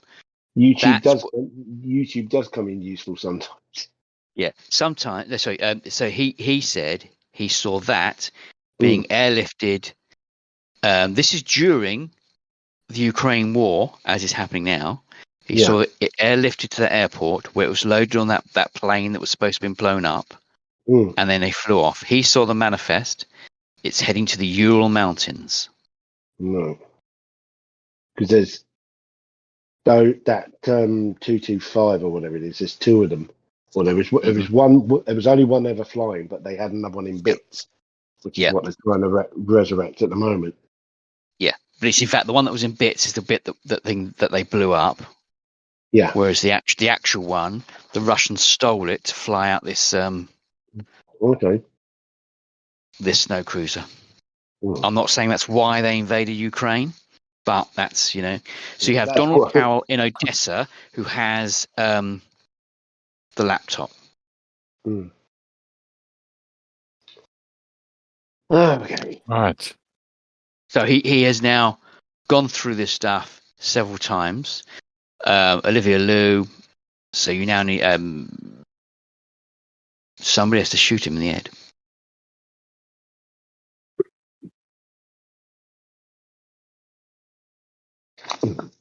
Yes. Do I have any motivation to do it? Jackson Lamb's told you to. He gave you the order to scrub, which came down from Diane Taverner.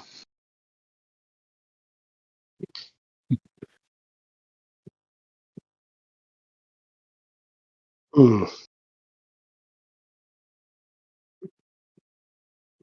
not sure. I can imagine after he's rambled that all of you have stepped out of the room with the door shut. He can still hear you, but you're discussing, what to do next. Yeah. This all sounds pretty deep.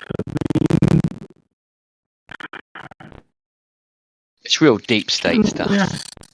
Yeah. Real situation.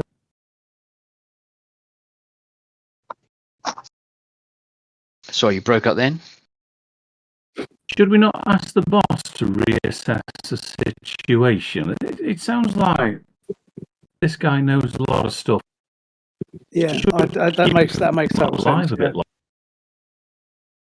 Yeah, that makes a lot of sense. I know, Jackson. I don't feel comfortable just killing someone on the say so. I mean, doing it in defence with that, whatever she was. I can live with that. I can't, basically just shooting somebody in the head. No, that's. We're not. Well, certainly, Min doesn't strike me as a cold-blooded killer. Place where you've killed people. It's an interesting question though, because again, like I said, we talked about this, didn't we, before? That I mean, bearing in mind my history, the reason I got booted out is because I was responsible for a load of people getting killed in an exercise. Nah, it was a training op. I don't care. It could have been real. But the thing only is, Marcus was a dog, or was almost a dog. I was going to say, so Marcus. Marcus and Danbury are the two that wouldn't have Quinn. I was going to say. So I think it's totally in character for us to have qualms about it because, like I say, Min and Struan and I mean Louisa's probably a bit harder. I think my impression of her is she's probably been a bit more frontline, but I think definitely Struan and Min are basically admin analysts, admin guys, and River wants to be a field agent. So again, he may have less reservations about it. But again, you're not defending yourself. You're not. This is some guy tied to a chair who's not apparently a vampire, as far as it, or a ghoul or whatever. So I kind of think it's difficult, isn't it? Because I don't know whether we would just go, fine, just shoot him. It's Are you simply going to be following orders and shoot him? Now, Louisa, as we know, in season 2, was quite happy to torture that guy. Yep. With pliers. Was it pliers? I think so. Yeah. Oh, that's good to know. Yeah. But like you say, it's totally understand. I mean, it's self-defense. Yeah. I mean, if you get, it's like the bit when they raided the file storage. Yeah, I could have fun with that as well. But anyway, no, sort of like they got into that gunfight. It's perfectly thing. But as I say, you've got to be a special kind of bastard to be able to go up to someone. And like you say, that's why the dogs are recruit. That's why they recruit the dogs, right? They don't recruit. They don't get analysts to do it. They get dogs to do it. So I'm of a mind to leave the guy tied to the chair and not shoot him. Honestly. But you could take all the bullets out of one of your guns, give it to him, and let him loose. I don't know. I don't know if I'd want to let him loose, but then technically it's self-defense. Like shooting fish in a barrel, but I don't know. It's tricky, actually, isn't it? I know it sounds weird being in an RPG and having qualms about shooting somebody, but I'm trying to remember that these are kind of like real, they're kind of like real people in a weird in a weird Yes, at this moment in environment. time, So I you don't know don't whether have- they're that they're that cynical at this point that they would just like waste this guy for no apparent reason. Yeah, you're not being burnt. You're not being burnt. No. You haven't. You're still part of MI5. It's not like you're on the run and it's a survival requirement. Oh yeah, it's difficult, isn't it? What do the rest of you think then? I don't know. What do we do? Do we just leave the guy tied to the chair and let him take his chances, or do we kill him? Or has anybody got? There might be a story way of getting around this. Yeah, sure. It's a GM thing. What you mentioned PTSD earlier. Maybe that could cause us to act out of character. I don't know. I mean, this could be a moment when let's get your PTSD up, because this is a person chained to a chair, sort of. You could have a flashback to shoot them without any trying to find PTSD, without any comeback, as it were.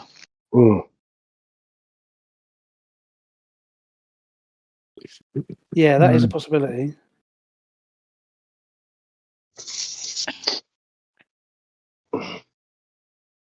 Just going to get the page up for the PTSD.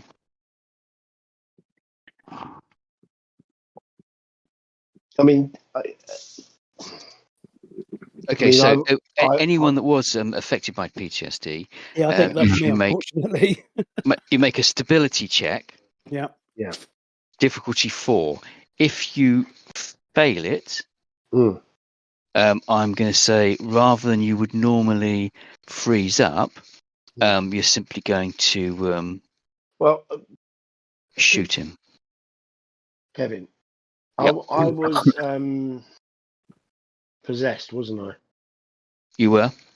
Okay, let me make the stability check to see whether that comes back in. Does that make sense? Essentially, actually, all of you can make stability checks. Whoever the first person to fail their stability check loses it and shoots him. Shoots him. Yeah. Okay. And that way, your moral dilemma's not there because your PTSD's kicked in. Okay. So is that just a D6? We're not D6. No, what do we need to? Is it a 3 you need to get on a D6? Is that right? 1 to 3, and you fail. 4, 5, and 6, and you succeed. Okay. On a D6. There we go. Yeah. No, I've just rolled a D8. Apologies. I'll do that again. No. I got a 6. River's fine. River's fine. Oops. Oops. So Struan, you just raise your gun and go boom, as does Louisa. So almost let's see what Mim does. So Louisa and Struan both shoot him in the head. Oh well, I suppose the good thing with that is not either of us could assume the other person was the one to kill him, so we can probably rationalise it that way. Okay. Although everyone knows that Louisa's a better shot than you. There you go. Yeah, there's a suspicious puff of dust in the door behind where I've probably missed and hit the door frame. But you look down and the bullet's on the floor by your foot. But I'll just look at the others. I sort of look at the gun in my hand and look at the others and sort of go, I don't know what happened there. I can only apologise. It just went off in my hand. And I just put the gun back. I just very tentatively put the gun back in my pocket. Okay.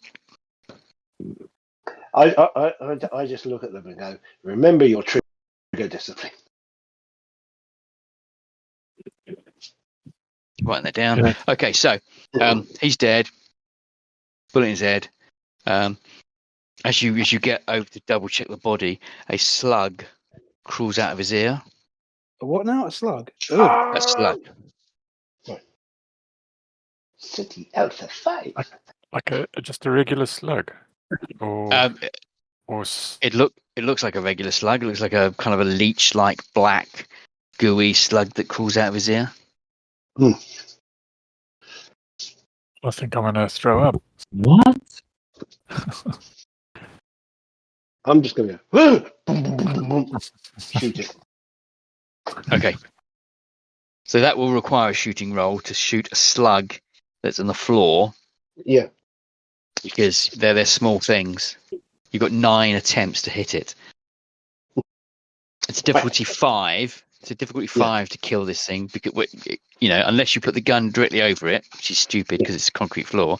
You're just random. Well, no, so it's an old Victorian house. It's going to be wooden floorboards. So yes, make a shooting roll. Nobody's going to hear this in the middle of the marsh. It's you could set off a hand grenade and nobody'd hear it.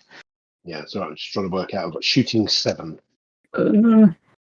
So what's it? One It is just means you get to spend. You can spend some of those points to do better. Yeah. So what's the basic? So it's D6 5. So it's just a 5 or better to hit. Don't forget, if you spend points to shoot a slug, you'll have no points to spend shooting a vampire or shooting a human or a monster or something. Yeah. So if you say it's wooden floor, I've just got to lean over, put the gun over it. No points. Okay. No points. Make a roll. Make a roll because if you roll a 1, the gun jams. Whoa! Okay, well, we've got a 5. There you go. You shoot the slug. Yeah. I just look at him and go, "Why on earth did you just shoot a slug?" Because I've got 8 more. Oh, sorry. Hurdy.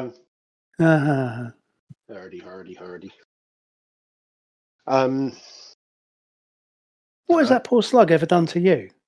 It crawled out of his ear. I know, but I just go. This day is just getting. It's already getting very strange. It's a weird kind of day. So you put a slug in it. A slug, yeah. Put a slug in the slug. And you're all chortling at this. Can we just get the hell out of here? With another dead body in the boot of the car. What are we going to do with this one? Can we Why was there a drop this slug on in the his ear? No, you were told to bring the body back and put it in the freezer. Okay, fair enough. So we'll bundle him up, and I make a mental note that I need to go to the garden centre on the way home to get the car cleaned again. Yep. And also make you a could have mental the manila note, envelope as well. and also make a mental note that my wife's going to be asking me why have I spent another 40 quid on getting the car valeted, like 2 days or the day after the last time. But anyway. And 70 quid on diesel to drive down to Romney Marsh and back. Well, I'm claiming for that shit. Yeah. And because You're I'm not an gonna make your analyst, money back on it. I'm already filling in. I'm already mentally filling in the form that I need to fill in. To get out my phone. You're only going to get half the money back because it does 19 miles a gallon. Yeah, it's the government, isn't it? Yeah. So you bundle the body back into a body bag. Take them in an envelope, chuck it in the back of the car. Which car? The Delica or the Volvo? Well, it's going to be the bloody Delica again, isn't it? I would imagine. Into the Delica. You're getting quite a dab hand at filling that car up with bodies. That's the fourth body that's been in there. And start driving back to London. After about half an hour of driving, you see a figure ahead of you who seems to be on a moped. Those e-bike. Is it the e-scooters? Yep. He seems to be on an e-scooter, although it looks like he's you can't tell whether he's trying to use his foot to speed up or it's got no power and he's just using it as a mechanism to move. How is he using it to move? Is he? So if you've got an e-bike, obviously you push a button and you can stand on it and it just goes at speed. If there's no power in it, you can use it as a scooter. So you can't tell this distance whether he's using it as a scooter or he's got it as an e-bike and he's just using his foot that comes down every now and then to steady himself or to get more speed out of it. Because the way you described it, it sounded like. Do you remember when they first invented bikes? There was no but they just had like a frame with no chain and they'd use their feet. The hobby horse. Yeah, something like that. Balance. You're thinking of a balance bike. Oh yes, yeah. The guy from the. But the way they think, that's the way. Anyway, I'm assuming he's not riding it like that. No. Right, okay. So as you get closer, you realise it's actually the agent that left Yeah. a little while ago. So we obviously didn't get a signal. We'll give him the finger as we drive past him. Badly drive the car, make him go into a ditch, drive off. No, And I he sticks wouldn't be that petty. We just give him the finger as we go past. Or If just I tell you what we'll do. We'll wait till we get really close, and then we'll just honk the horn really loud so he jumps. Yeah. You know, and so he sort of swerves out of the way. Finger the finger. You give him the traditional hand wave that says wanker. And ends up in a waterlogged ditch or something as he goes off the road. Yeah. Well, certainly it'd be unfortunate if there was a puddle in the road. Exactly. That would be very unfortunate if there was a huge puddle that we just happened to go through. Well, it would be unfortunate for him, but it would remove some of the bloodstains from the car. True. It would. But the good thing is, by the time he gets back to London on that scooter, we'll probably have aged out of Slough House anyway. So yeah. So you head off back to London, which we relieve. Kind of goes up without much ado. It's quite a quiet drive back until you get to London, and then you you've got to pay the ULEZ charge again because your car's not ULEZ compliant. In fact, every day you got to pay the ULEZ charge. Dump the body off in the morgue and head back to Slough House with all of the information you. Yeah. 2 bodies back at in the morgue in the same bag. So you head back to Slough House with a fistful of information. Okay, and also the recording that I took from the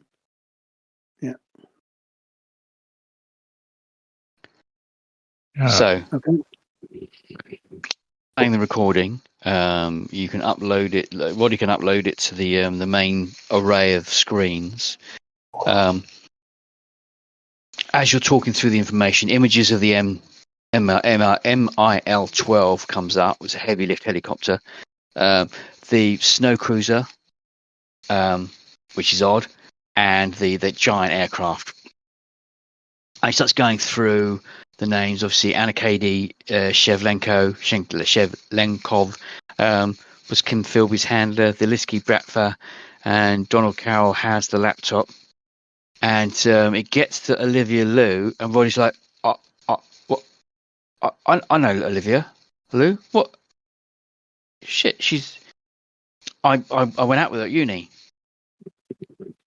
Now, you all know that what he meant was that he followed her around for a few weeks. I was going to say, I don't know what's more surprising is that somebody went out with him.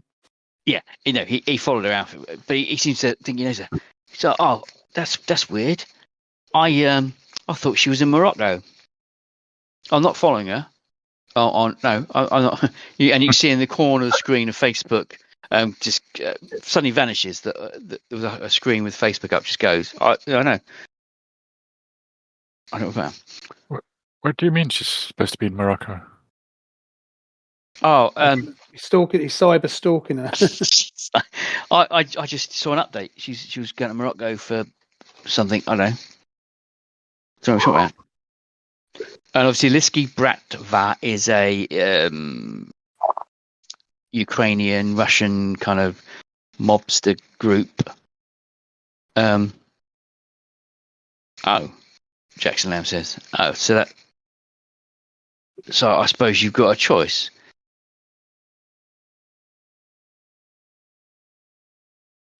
What's that? Well, Odessa or Morocco? Yeah. But we're MI5. Or am I fucking useless? we don't leave the country. Well, you do now. Isn't that a job for MI6? I thought that's what they do. Isn't that that's their job? Those fucking losers couldn't organise a piss up in a microbrewery, craft beer shop. No. Why? This is our mess. We've been tasked with this. And wondering if his passport's valid. Okay. Well, he said, I can't go. I haven't got a passport in my name. I'm off the grid. Deep off the grid. I'm so far off the grid. Even I don't know where I am sometimes.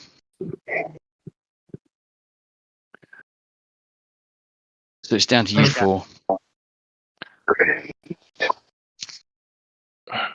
So, who was the guy in? I can't go to Morocco. I've got parents' evening next week. Well, you have to postpone. Morocco or Odessa? Go and speak to the journalist. Oh, the food sounds. Go I think the food's probably better in Morocco, so probably rather go there if I have to go anywhere. Or go and see Donald Carroll in Odessa. Carol, what do you think, Caps? Well, like I say, I think Morocco's got better food, so if that's the criteria, then I'm down with that. So Probably warmer Odessa is obviously in the Baltic Sea. Black Sea. But yes, Black Sea. Has it moved? But Anton said that Carol was in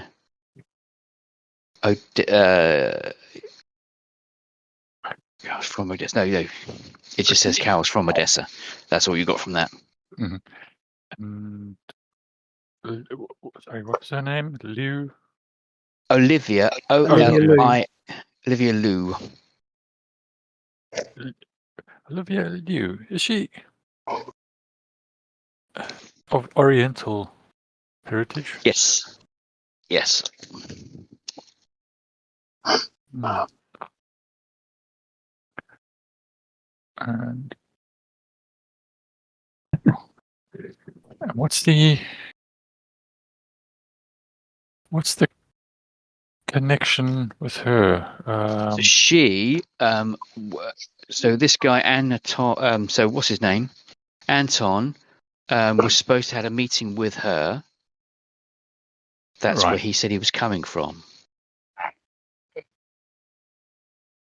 So whilst the official report said he was captured at the Anatov airport, he said he was picked up crossing from Transylvania, Transnistria to Moldova. So Transnistria is the piece of land that sits between Ukraine. It's part of Moldova, but it's a very small piece of. It's the Russian part of Moldova. Yeah, it's not recognised by the rest of the world, but Transnistria is, and it's in Transnistria where where there's some castles and stuff. But anyway, he says he was crossing from Transnistria to Moldova. Yeah, there's Russians in Moldova. That's why they think Russians are going to try and take over Moldova, because there's lots of Russian troops in Transnistria, or there were Russian troops in Transnistria. He was coming from a meeting with Olivia Liu. So you don't know when he was picked up, but obviously what he said that Olivia Liu's in Morocco. Because he's cyber stalking her. Yeah. Okay. Well, I mean, Morocco's. I'm fine with either, but Morocco's nice at this time of year, isn't it? Yeah. Well, so he breaks it down to she's in Marrakesh. I think that's the capital. Yep. Marrakesh is famous for being the place where Led Zeppelin wrote Kashmir. Apparently they were so high on drugs they thought they were in Kashmir, which is why the song's called Kashmir and not Marrakesh. Those wacky guys, eh?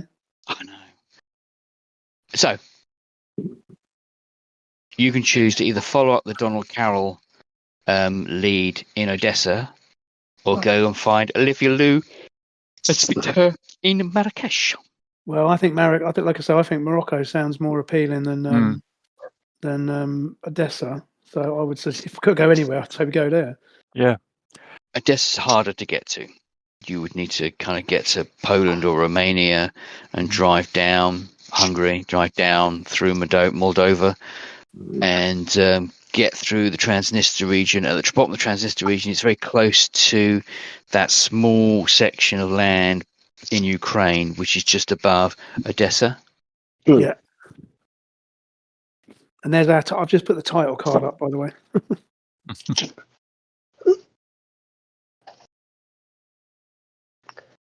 Excellent. Good stuff.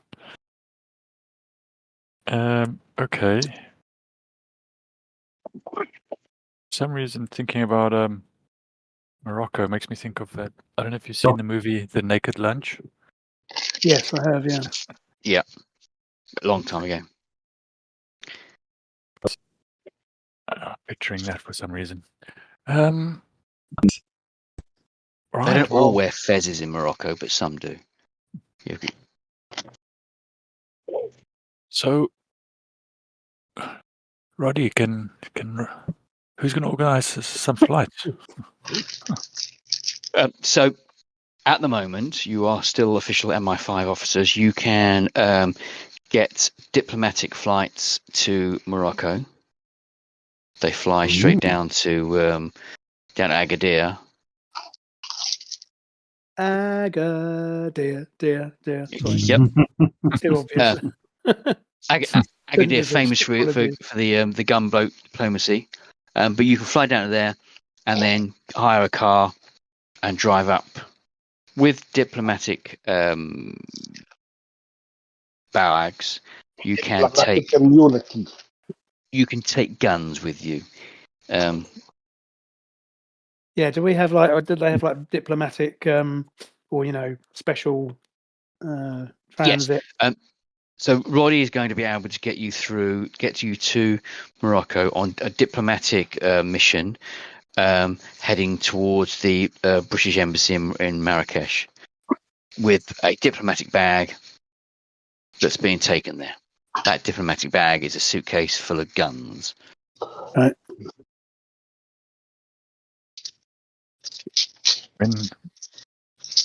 When do we leave? Tomorrow. Oh, well, I'm going to have to go home and explain this to my wife. Right. You've been chosen for you're going to Joe country. Chosen for a mission in the field. Yeah, she'll be thrilled, I'm sure. Absolutely. So, we should head down to the pub then. One quick. Struan's been asking for you lot to go to the pub for days. I know. So Struan looks up at this and says, "Sorry, did you say the pub?" Well, I mean, my wife can wait. I mean, let's go to the pub. I'd love to go to the pub. That'd be great if we could go to the pub. That'd be fantastic. Yeah, can we do that? Yeah. Let's do that. Wondering now, maybe there's not enough time.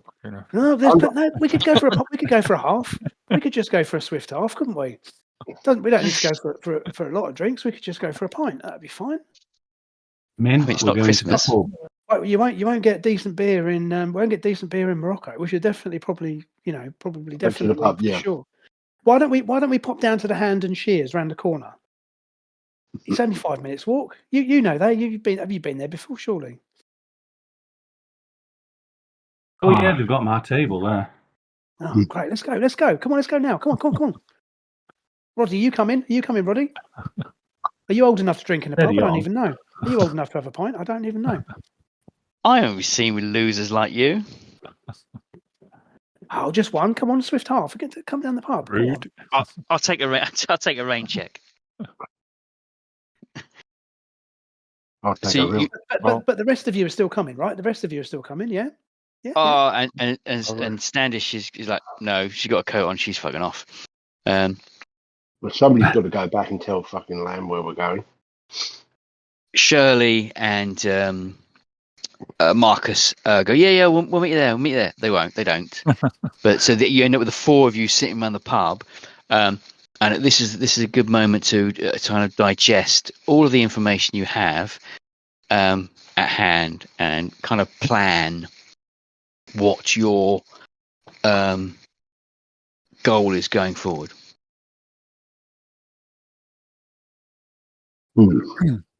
Yes. That's a silence. Well, we've got to. Well, I mean, but again, we at the moment we've had a lot of information thrown at us, right? So ultimately, all we know is, our instructions are we need to go and speak to this journalist. So we know that much. Yeah. We know that she had a laptop. No, so the laptop she was was stolen. The recipient of the laptop. She was the recipient of the laptop, right? So basically, we want to try and find her and find out what's on that laptop, I guess, is what we're. No, she was a journalist that was speaking to that particular chap. You don't know what was. So the laptop was from what was the guy's name again? Canadian Air Force General Malcolm Leonardo. Right. Okay. He was working for NATO and mysteriously died, but his laptop was stolen first. Got it. So okay, right. So that's. So He was want to head find of out why she NATO was talking to him. headquarters Sarajevo. He commanded a logistics planning unit. Okay. He had just finished his tour and was supposed to be going home. His laptop got stolen, and shortly after, he died. It's not clear what he died of, but he just died.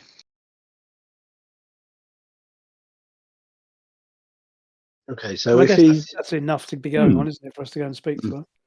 Yeah, but if he's head of a logistics unit, he would be It's moving stuff. Yeah, he would have access to being able to the aircraft and the snow train. That was the Russians that did that, not the Ukrainians. Right. Okay.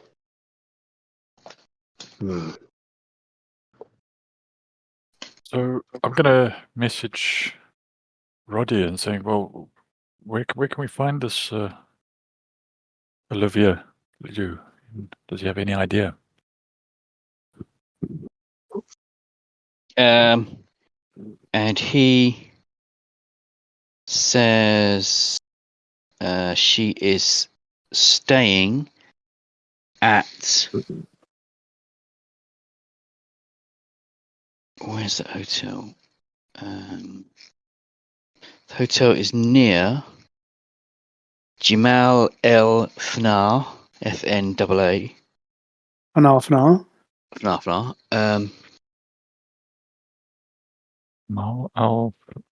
No.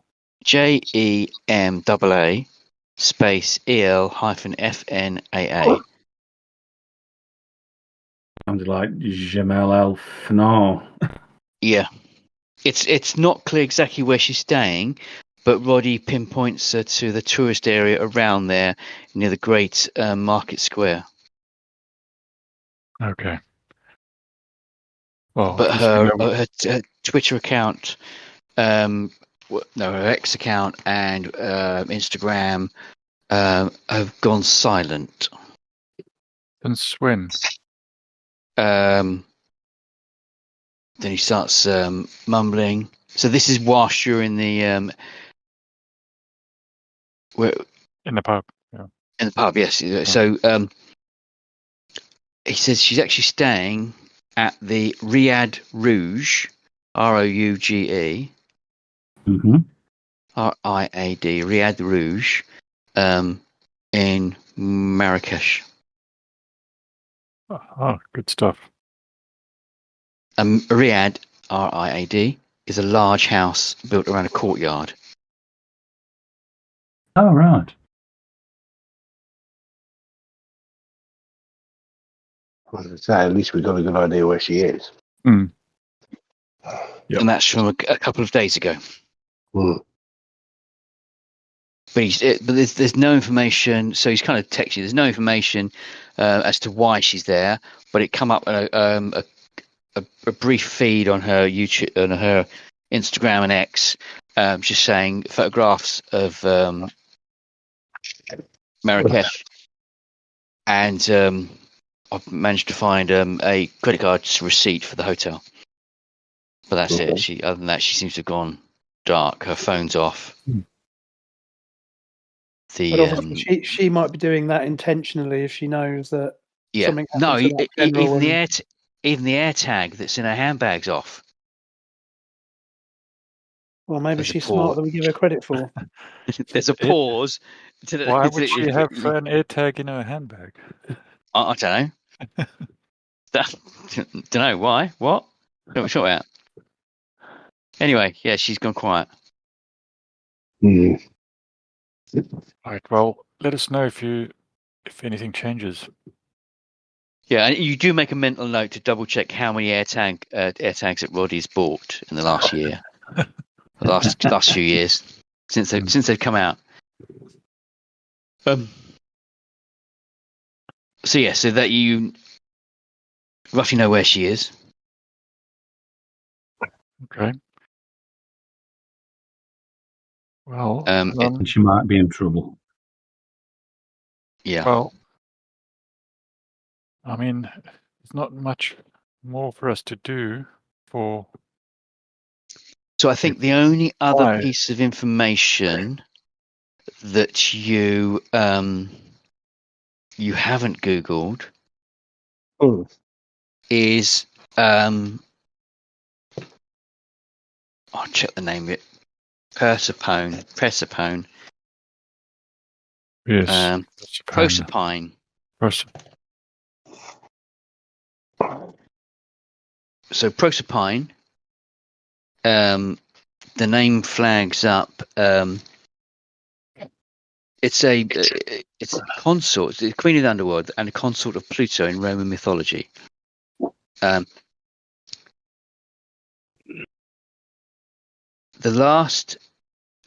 Currently no ship exists on the Royal Navy's official rolls. This is simply Google.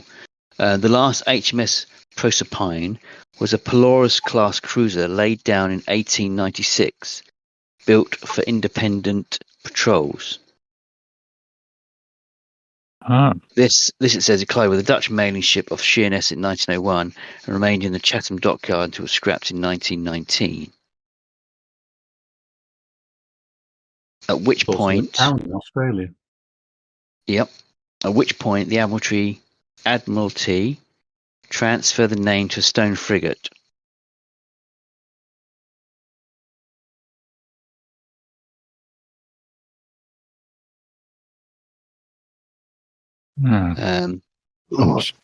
So the steerage frigate was Linus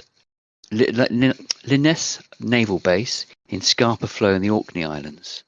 And there's a little note in that Wikipedia thing that says that the Royal Navy commissions its shore bases or stone frigates with ship names so that naval personnel remain subject to shipboard discipline whilst on base.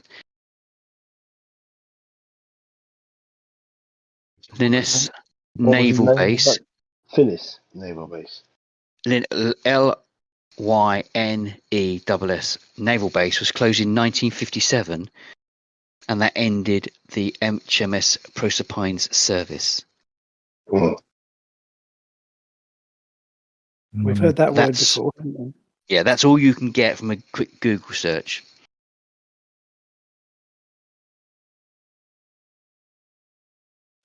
Third class.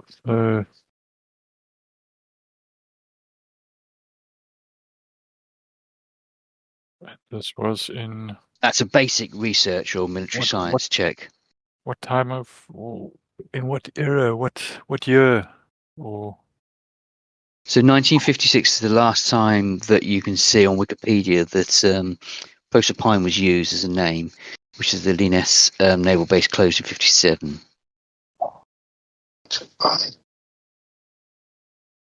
Didn't the Serbians say that somebody was in Proserpine. No, the vampire in the townhouse in London told you that Varney. She kind of woke up and said Varney was in Proserpine. Thank you.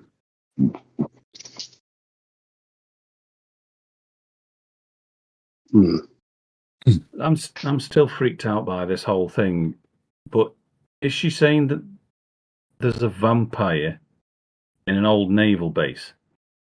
Or She is ship saying, or yes, she is saying that Varney the vampire from that Penny Dreadful is not only real, but is alive. Alive is a strong word, but is on Proserpine.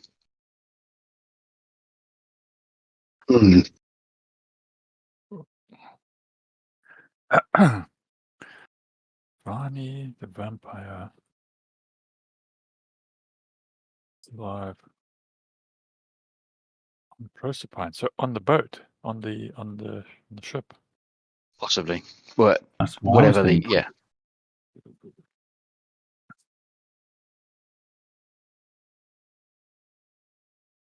Okay.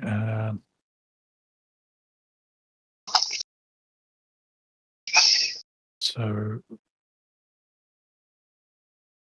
meaning the ship still exists. Possibly something with the name Proserpine still exists. Obviously, it was transferred to a stone frigate, which is obviously a base. Oh, right. But surely it Okay, can't so still maybe be. not the ship, but inside potentially a disused naval base. Yeah. The one that's marked, the last one that was used was in Scapa Flow in the Orkney Islands.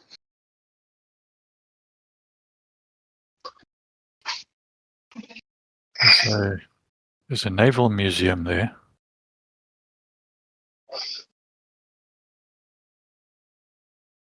Is that? Apparently so. So this is something that you could task Roddy to be looking into whilst you are travelling, should we say? And that's Roddy or Standish are two people that you could be tasked into looking at that.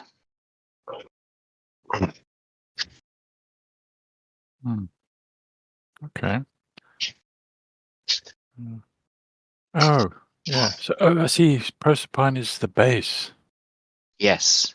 So HMS Proserpine was a ship, and when that was sunk, they moved the name to a base Gotcha. so that all the rules that apply to naval rules still apply, even though it's a base. It still applies. So whatever rules technically, so it's classed as being technically at sea.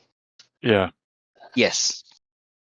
I guess in the same way that the British embassies comes under British law within the doors. Yeah. It's that kind of thing, I guess. So yeah, it's the idea that it's technically part of the country, isn't it? It's technically yes, you're sovereign territory. That's it, sovereign territory. That's the word I'm looking for. See if you can discover if any inventory lists or whatever survive. Yep. Although I don't know how that will help us, but if you can find out if there's a catalogue of anything left in the base. He could dig through that and see if he can he'll come back to you at some point with an update. So in terms of so you're going to go to Morocco. You have got 4 handguns. Each handgun is full of bullets, and I will let you have a little box full of extra bullets. Lovely. Anything else you'd like to take with you? You are out of body bags.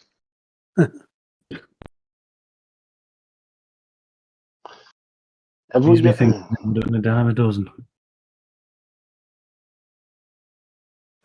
So the passports that Roddy has given you to use, are Pew, Barney McGrew. I'm going to kill him. Oh, very, very funny. Roddy. So, whose round is it? Well, Struan will buy a round because he got them in the pub finally, so Yes. he's celebrating. Yeah. Somebody says shots, and there's the evening gone. Hey. And then we'll all be flying with a hangover tomorrow. Yeah. So you'll be flying from Gatwick to the airport in where is it? I can't remember the name of the place, but it's in Morocco. Marrakesh. Agadir. Marrakesh to have the airport, so you fly straight to Marrakesh. So I think that would be a good place to end it as you are boarding your plane, heading to Can we end it there when I get some peanuts on the plane? Yes, I know. No, there is somebody on the aircraft with a peanut allergy, so they're not handing out any peanuts. Oh, gutted. So the options for the title of episode 2 are "She's the one with a frothy mouth," or "It just went off in my hand." I think it just went off in my hand. I think that's the winner.